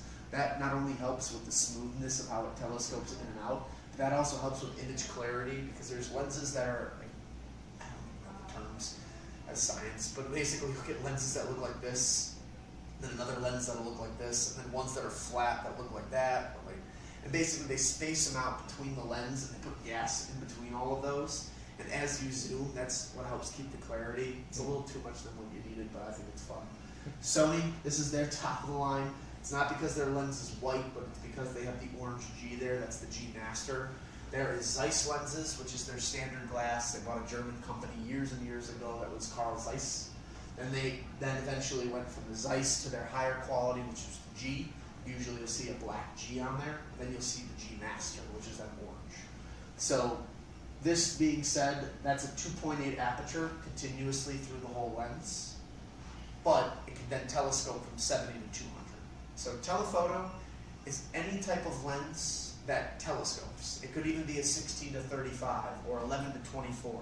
It's not necessarily a giant zoom, but it's some form of zoom.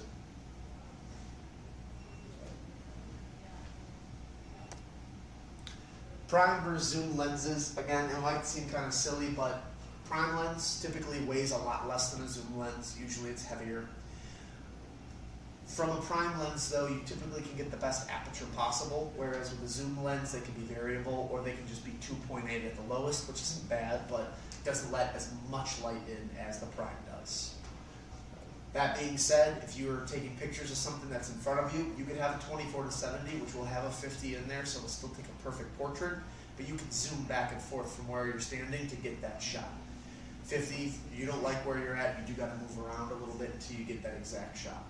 So both have their pros and cons, but both, it really just depends on what you're using in them.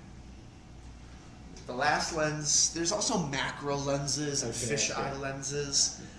Like for taking really, you want to do flowers or bugs or whatever. They have a 50 millimeter macro most of the time, and then some form of 100. 50 is a nice one because usually you can kind of switch that out for portrait and for non, so that's kind of a hybrid. 100 is the best though. I've got a guy who's a dentist.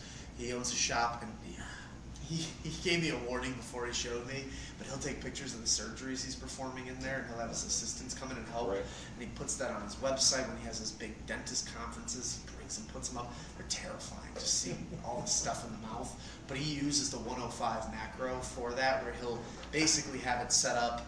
The head will be tilted back, and you just can get all the detail, the yellowing on the teeth, gore, all the stuff. So macro, fantastic. Those are available out there. There's also fisheye lenses, which you don't see most manufacturers make anymore, but those are just kind of really out there. Usually the glass bulges out real far, and you get these weird fish-looking kind of photos. More for fun Macro, I would say, is kind of in that same category as well. They're fun. Yeah. There's also then VR lenses and all sorts of different stuff that's out there that you can use to take wild pictures. But the one other lens I'd say that's extremely common that I get a lot of people coming in for is the travel lens. You are going on safari, you have invested so much into the camera that you own, you're getting ready for that big trip. You just want something that does all of it, and you don't want to necessarily buy a new camera, nor do you want to lug 3 lenses or 2 lenses with you. That's where then usually I get people who buy the travel lens. Travel lens has usually a great number. This doesn't do it justice. I chose this lens for it. I probably should get a better picture of another one. There's a lens we have downstairs. I think it's for Sony. It's a Tamron lens. It's 18 to 300. It's not a heavy lens. It doesn't have the best aperture in the world, so it doesn't let the most light in.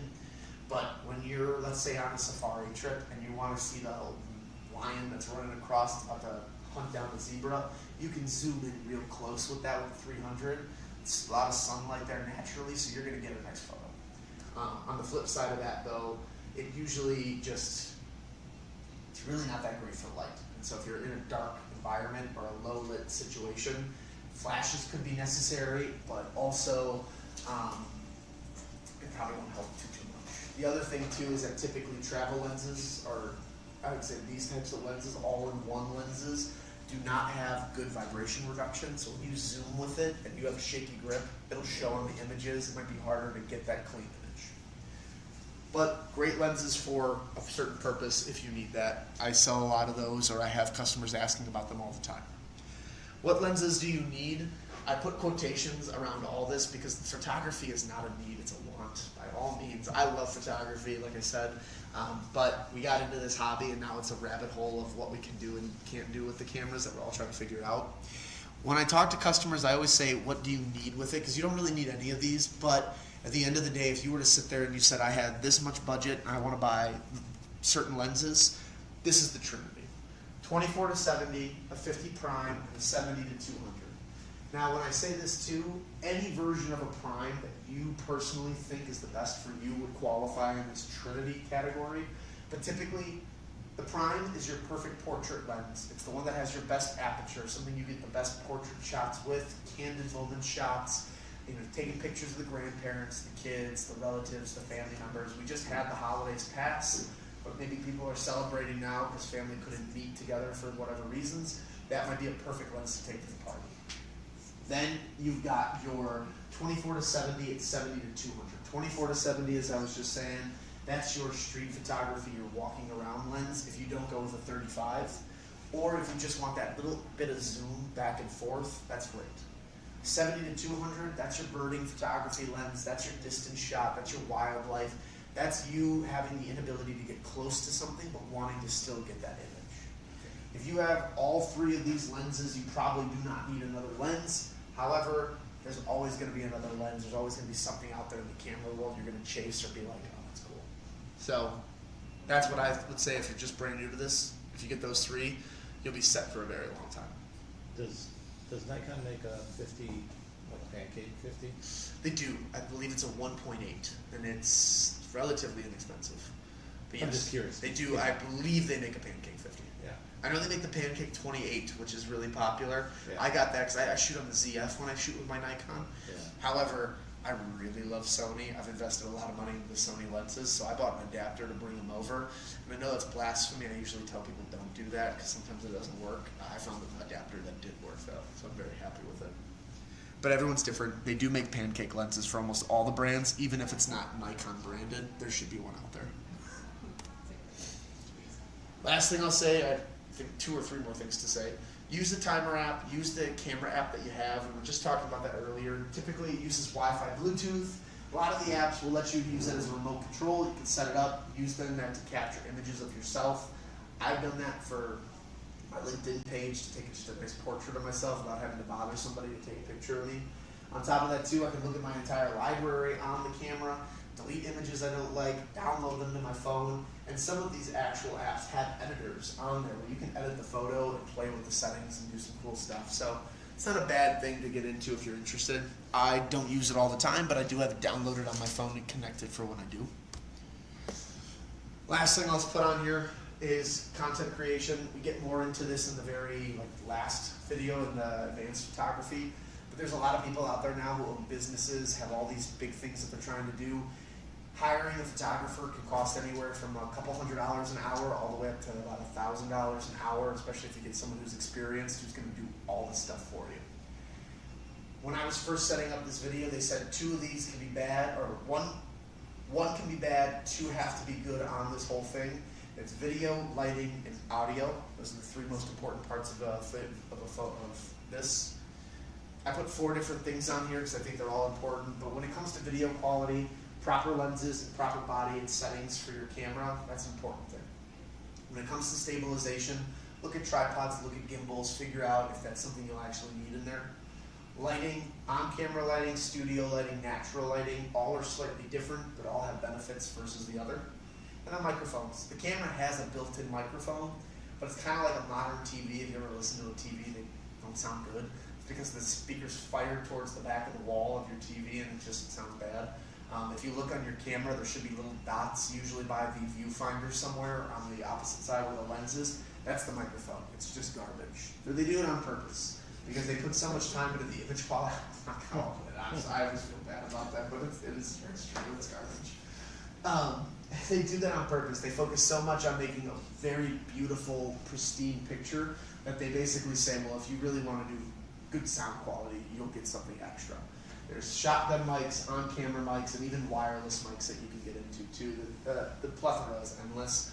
If it is something that you're even remotely curious on, they make little kits that you can buy to get started with it, so that way you're not investing all this money into the product without knowing what you're doing.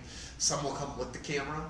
Others will just be a tripod, a microphone, a remote, little things that you might be interested in. Recommended accessories. I don't like trying to sell people on things, but I will say that if I were you, the top 5 things up here would probably be what I get. Get a bag, protect what you just bought. It's an investment, you don't want to damage anything. I have a nice bag for my camera, and I guess I bang it around too much. I went to go take pictures today, or the other day. I destroyed my lens filter, and I thought it was the lens. I had almost a mini heart attack because it was a very expensive lens, but it was just the filter, so I needed more protection is what I learned. Get an extra battery. It's kind of like the extra memory card thing. Having the extra battery, extra memory card when you go out to places is just a nice kind of peace of mind. You forgot to charge the camera. Maybe you left it on for too long. The battery just kind of died out on you. It's better to have an extra one than have to be like not taking pictures until I charge. Same thing with a memory card. If it kind of doesn't work on you anymore and you need another one, it's better to have one on you than not. A lens cleaning kit. This might seem silly. Please do not use your t-shirts, sweaters, or stuff to clean your lenses. Maybe your kit lens, sure, because hopefully you'll upgrade, but even then, it's not the first time you use it, it's not the second time you use it, but 500-600 times down the road of you taking your sweater or something and doing it, you're going to create micro scratches in there. That's then going to cause the camera to struggle to autofocus at times. It's just going to make the lens look junkier as time goes on. And then a camera strap. Most cameras will come with one. Some people complain, they say it's not comfortable, it's not padded enough, it's too bulky. They make all sorts of different straps that have pads on there for protection on the neck. They make leather ones if you like something a little bit more elegant. They make also ones that are so thin it's like a piece of string. There's so many things that you can get out there, so look at straps.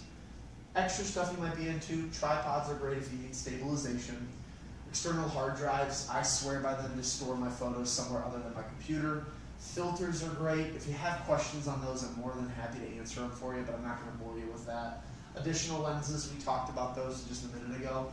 Classes and workshops. I tell everybody I consider myself a forever student, especially in photography, because they always make something new every other year. Sony just made a global shutter a year ago, and if you ask me what that means, I'm just going to try to talk around it. But there's so many different things you can continue to learn within the camera world, so just be a forever student, sign up for classes, do workshops, find people that you're friends with who want to go out and take photos with you. If you go on vacation, you leave the state, you're going to a relative's place, bring your camera with you. I can't stress that enough. Buying the thing and kind of doing this is great, but you got to put yourself in the situation of trying to really learn what this thing does.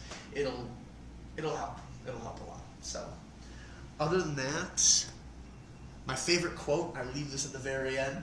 The bitterness of poor quality remains long after the sweetness of a low price is forgotten.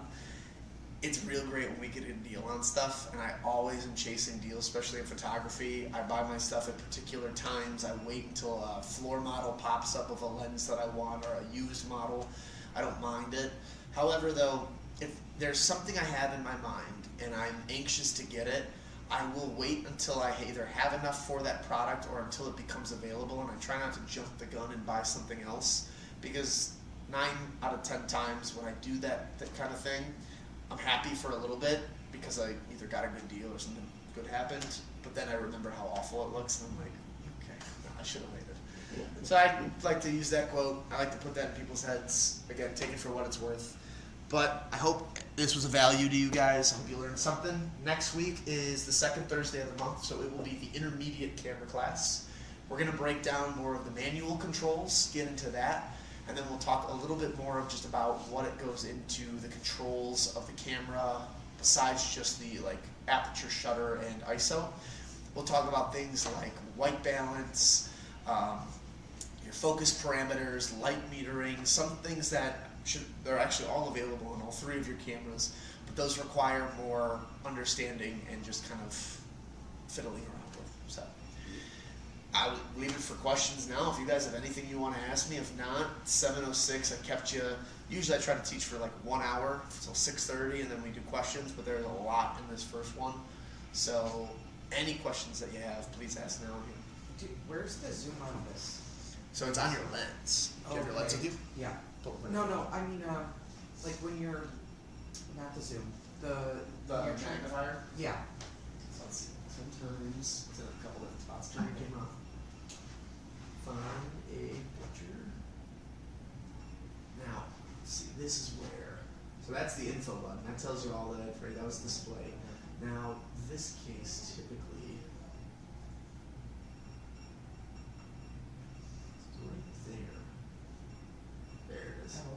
It's got the magnify plus there, and then you just turn the wheel like this to then zoom in, so you can see where you focused was the handle in the bag. Okay. Then you can start to see where things got a little blurrier. Yeah.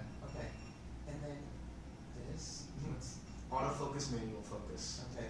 So that is you go in there, and that's that AEL, that's that auto exposure lock. Okay. So I would probably keep it on the AF/MF for now, because then that's your ability for the camera to use this. But if you need to, and let's say you're doing what I said, where you're doing taking a picture of the bag, you're going to keep rotating stuff in. That's where I put it on the tripod, move it to there, and then now it's going to be locked into whatever you're set to. Okay. And then for lenses, so my son already touched the lens. Do you recommend getting Do you touch the front of the glass? Well, that's fine. Yeah. There's they're $20 kits on Amazon. We have one that was really nice, but we're out of stock of it. I'm waiting for it to come in. It's $30. But just get something that has a rag, some sort of spray. Okay. And then there's usually they have this weird kind of it's like an egg, and it'll have a little point to it. It's a blower. Okay. You just take that and you can shoot air at it, and that just cleans the stuff off. Okay. But yeah, I wouldn't worry about that part. The most important part of any camera is the inside here, and then the inside of the lens. Okay. Like that back part of it. Okay. As long as they're not doing that, the front of the lens is fine. Okay. Then you can get into filters, other stuff. If you just want something to protect the front of the lens, the UV filter would be the best, and that fits on all of the cameras. So Just a little clear piece of glass. it turns right on. Does that change your images at all? No, the UV is nice because it'll help cut through ultraviolet rays. That's the whole point of it. The only ones that'll change some of the quality would be like a polarizing filter, like a pair of polarized sunglasses, or a neutral density, which can go from dark to light as you zoom in and out. So. Okay. In manual mode, okay, so she likes to take nature photography. Is it possible to get blurry background, sharp focus, or in automatic, or would that have to be manual?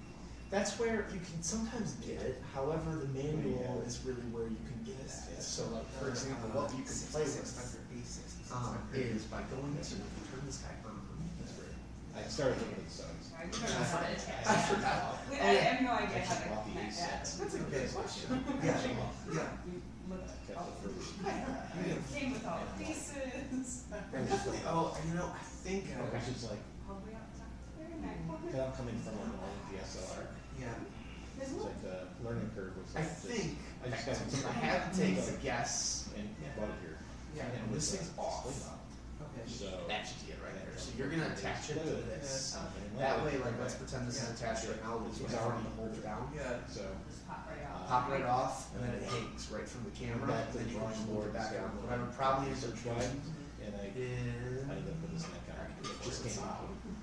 Did you use Nikon before? Or- Yeah. Okay, Yeah. yeah, It was a, we Yeah. talked about it. yeah, Yeah, the menu system was different. So I was used to a Nikon. yeah. There you go. So, Yeah. Is that loop's on? yeah. So for me to Move. so, So, Turn this guy on. When you're ready next week, we'll talk a little bit more about it, but you do actually have. Yeah, see, you know, once Right there. iPhone started, We can Yeah. even see. I got freaked out. Is there, we Yeah. can go through and select which one we want.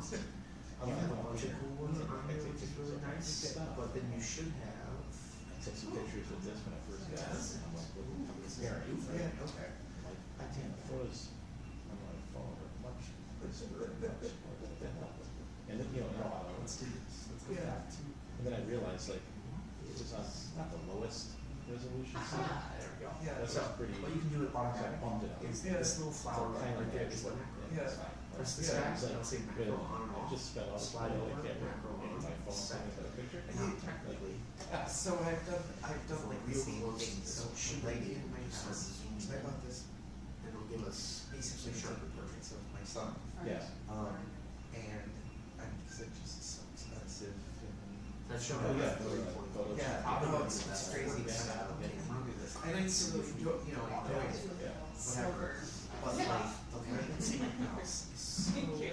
Yeah, of course, it's Oh, there. I got can lights, so It's- there's hot spots all over the Yeah. place. It's like, oh, It is. Right, Christmas can. That's my next purchase. Christmas is, Carol, Very Hanukkah, cool. but either way. either, you know, like a circle, Yeah.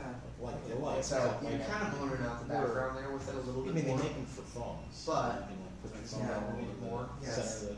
So yeah, for the Yeah, most keep part, it- you're keeping it nice do and crisp something though in the center, which is Yeah. probably the best thing that But you I can have, have for it. up to If this we point, take- it's like, that was depending on what pretty easel cool. is, there's like a can of this. You know, like, I take a picture, it's like, okay, there's a hot spot over Playback. here, there's Yeah. Now let's a see. green, Zoom in. you know, Yeah. light. It's like driving. Yeah. And So I that's just right. like. And zoom in this some way. If you play the little front one, Backdrops you can and see how nice everything and crisp and it is. And whatever. you kind of look in the background, they do like when the it's glitter. literally so bad, and I. So it's found gonna be old tough with a content camera that's perfectly. at I entry just level. tried to mess around However, you with will be it. able to do really Best nice in close up something of crazy. flowers and Yeah. bugs and anything else that you're You know, interested in. I just totally go outside. Background might not be as Yeah, blurred yeah, out. yeah. This will Try for Right. 5 minutes, the other day, Focus. crazy. Whatever, and then I took one year just sitting on the couch with my phone, and he's got really blue eyes, but I can never, I haven't figured it out yet, how to do it. So on there the should be an camera. app Yeah. on. You gotta keep an eye on it. Yeah, and I took one just on the couch on my phone, and his eyes were in this picture. Let me first off And turn I'm macro like- off. So when you want to turn I macro mean, off, there press was- that flower button again. I like the windows That right way, behind let's say us. macro off, set, now it should be off, now you're back to just this. Yeah. So I did like the same thing, but the pictures are so much, when full HD, Yes. I mean, figure Yeah. I mean, there, it's like. I should see if it is, because then it should tell you But it's which not app bad. it's It's a big on. deal. And that's the one that you want to use. Yeah. This It's has a been very great. neat little man. Yeah. And the biggest picture we have is like an 8x10. It doesn't get much bigger than that. Yeah. But that's fine. Yeah. But for my I just want to think. I actually had a friend Before I who came up here. and The sour started candy fiend. a little amount of times, but I started missing it. Yeah. Stuff. Yeah. She's also. Sour Sour candy sour goes, candy's so "No, good. it's on your Instagram." I also like the one candy that everyone hates the most. Like, that really, that's what. That's got all me. You're on your own, That man. was like- I know, like, I okay, usually you know, am. Yeah. right? Like, Not a lot of people like people wild can licorice, but the ones who do, we love Yeah. licorice. Yeah. Pictures. I know. Okay, I I know. might have lied to you, I it know. might not have But I have to get those pictures. Wi-Fi to do Yeah. But so what So you you have have to to do is do that. connect like Yeah. her Well, for, iPad yeah, for my son, so he SD does. card, right? Oh, yeah, absolutely, so in that case, what I might look up, her 4 Instagram followers need to know what flowers she's. exchange and all Sure, that kind of stuff. sure. There'll be more. And I'm like, and It's gonna grow. It's You're gonna keep growing. a photographer, you know, when they're young or Yeah, whatever. yeah. Well, he had 6 followers today. And they're like, Ooh, you just take yeah, them see. every Well, it's photo funny you because take you still from. I still have 2 watching. I know. I tell people all the time, like, okay, I'll answer questions if anybody chats in. Typically, nobody does. So it's one of those things. It's never that big of a deal. And then, Alright, so, he's like, what are they doing? Oh, you're sending the Walgreens, Yeah. printed, and you get back. Oh, Right. I think she got 20. so, you should be one. I don't say that. yeah, so I'm like, you know what, I'm gonna do it, I'm gonna learn how to do this. Right, we can still learn how to do it. Yeah. That's why I'm here. And it's fun, yeah, Yeah. yeah, I hear you, but yeah, definitely makes the. They make this guy. Just They, process. I they started, definitely were it wants to low. I got onto, Nikon site today and started, Or you could get an exercise bike. I have a whole. You know, you know that it's terrible. That's Now, Not what- not what They we have were talking all- about. Then you sort of like. It doesn't sound like fun. Yeah. So So you yeah, work I in think it's specifically. and then- $40. It's not the cheapest in the world. So, But between that'll this connect and via that, USB-C into the Yeah. iPad, Yeah, take and my then from next, there, yeah. that fits the standard Yeah, SD next card from the bottom of the camera. Yeah. Slide that in. Apple has the files that on their product now, so you just go to that. Back in the easiest way to do it. Yeah, I can chef the But I need just to to see get, if I I'm really wrong. need to get, you know, like. But I don't Yeah. think I am. Yeah. I mean, you know, phones and even the software, Mom might you not can have. have. Yes. The color of the Yeah, usually there's a little page on here about using the Wi-Fi. Using the app. And there is no. Absolutely. So, yeah, you will for all, remove the card or plug the camera in, especially if you have a computer at home. Yeah, I know. You can do that as When well. you go back, I was really impressed with the bag, I'm like, I had nothing to bring it in today. There is a cable connection. I did it right there. there. Because I forgot to get them while I was here. Yeah, And then I me got too. home and I realized like, I need Yeah, a this is bag. my, you know, I like, came with one of the two. exactly, so I got, you know, this is what I use when I Yeah, travel that's for good. all my, you know, cables and stuff. I just needed something to have it, Computer. right? Then you can go back up to Yeah, whatever. But you don't realize when you first buy it, like, I need all this other stuff. Yeah. Yeah, get more of the manual control, keep playing with the camera, because it'll take a little bit to get used to. Yeah, when I was your age or something, I got a lot.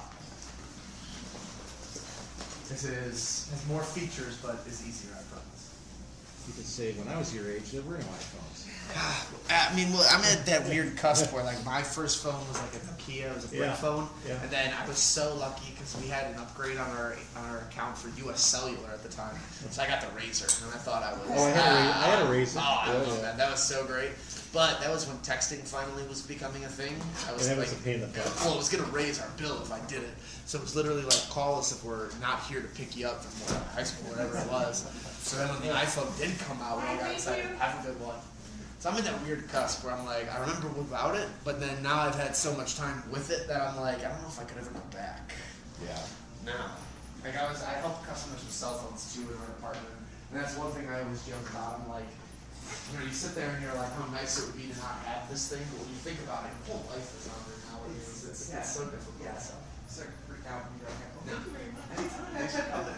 Yeah, thank you. Yeah, of course. So- Hopefully there was something you could get out Oh, of it. absolutely. I'm sure I'll, you know, next week when we're actually walking through the manual stuff. That's where, yeah. And the nice part with the manual stuff that I have is that I'll give you I have other images too that I show. Yeah. Where then I tell customers what I think the settings that are being used there are to Yeah. kind of get an idea of like when I'm taking a photo, what am I thinking of when I'm shooting.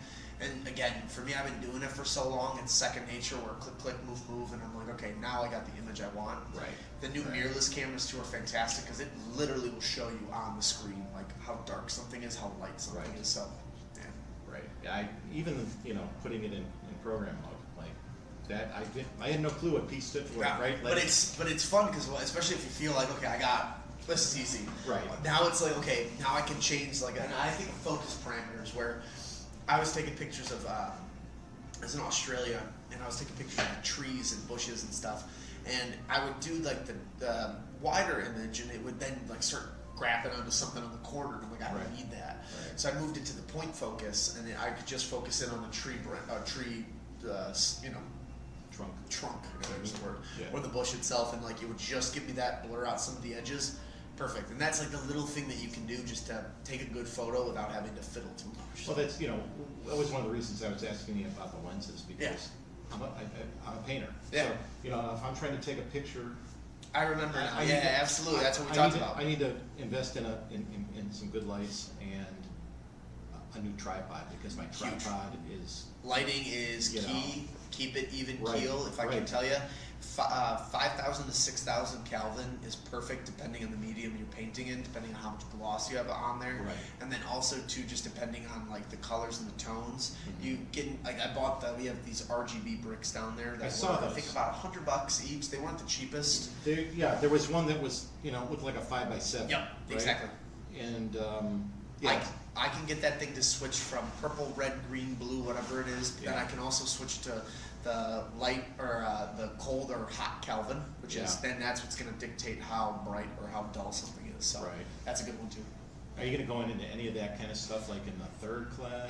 Not really. I've always thought about it, but the third class mainly focuses on photo editing, how then to go about taking really good pictures. That's how we start the whole thing. Yeah. I just give my tips and tricks So, for it. speaking of photo editing, and like Adobe, Yeah. you know, Creative Cloud, Sure. stuff like that. That's one of the, you know, I used to use Photoshop. You know, Yeah. back when, Huge. this is basically just Photoshop in the cloud. Yeah. Or when, whatever. Well, it's still you still download it. It's still a downloaded product. It's Oh, is just it? that Yes. Adobe has made it so that the days of you buying the program for 100, Right, 200 exactly. bucks, they're gone. Right, Now right. you pay monthly for the thing. Right, it's a If subscription. you really hate that, Affinity Photo, AFFINITY. They have a Mac app, they have an iPad app, $60. And it lets one of the only ones I found that was a raw editor that works really well. My Sony rep got me onto it, and I've never looked back.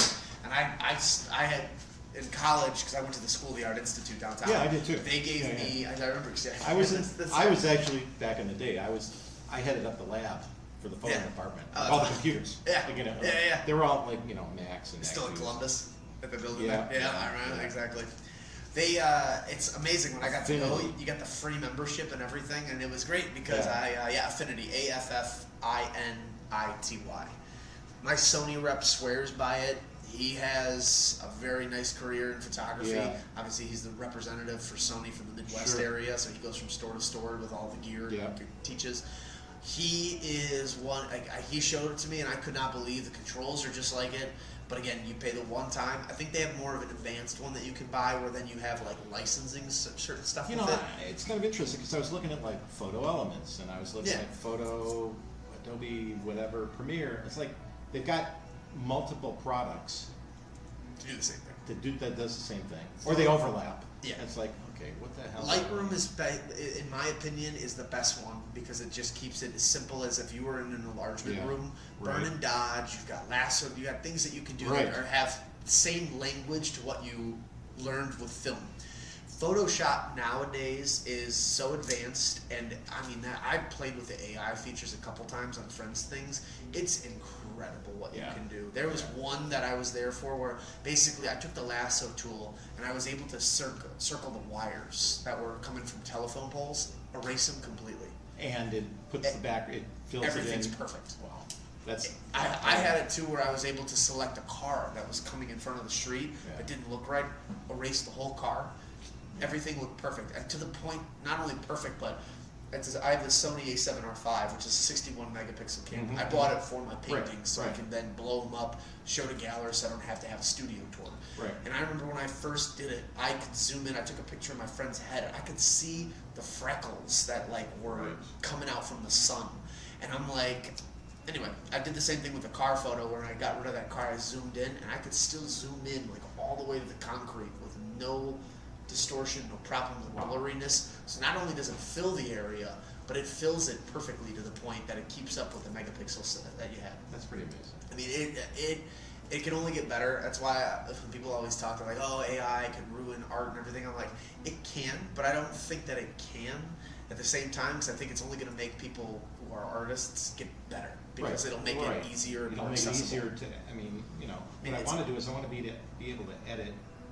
I want to be able to I want my paintings to look like when I'm looking at them, 100%. right? And that's what the photography is there for.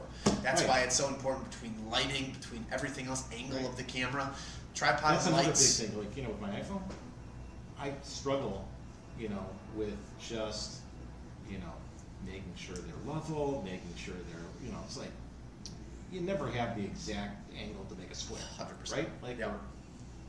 You set up that tripod with the camera on there. Yeah. You can then set even the ratio, the aspect ratio to the 1:1. Get the perfect square in there. Yeah. Pull that thing back. I would probably say 2 lights is good start. 3 lights is better because then you can do the studio light methoding, and we'll talk more about that in the advanced one. But that's a good one to look at. So yeah. All right, I'll look at Affinity. yeah, Affinity Yeah. might be a good one. You might get I think you'll like that a lot. Yeah.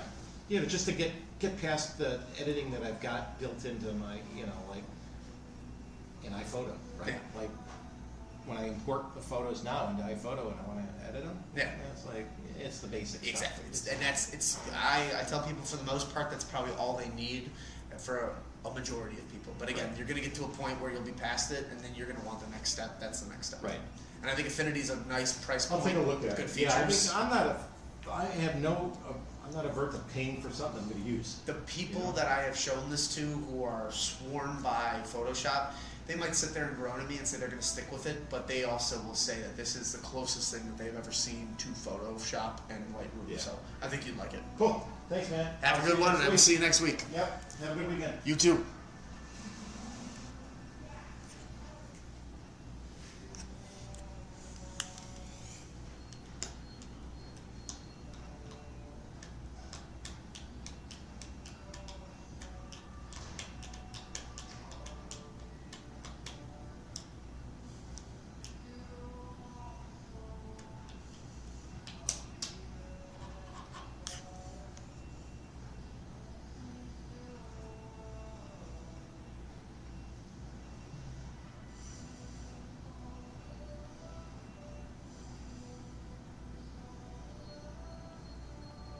All right, everybody who's still on here, thank you for joining. Thanks for being on. This was fantastic to have everybody here.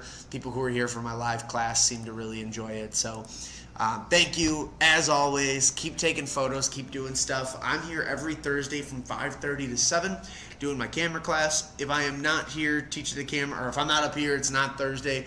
I work here in the store at Apt Electronics, so I'm always available to talk about anything you have camera or photo related. If you need to reach me, my number and email were on the screen there. But Happy New Year, everybody. See you next year, or see you next week. Sorry, that was last week that I said next year. See you next week for intermediate cameras, where we'll talk a little bit more about the manual control.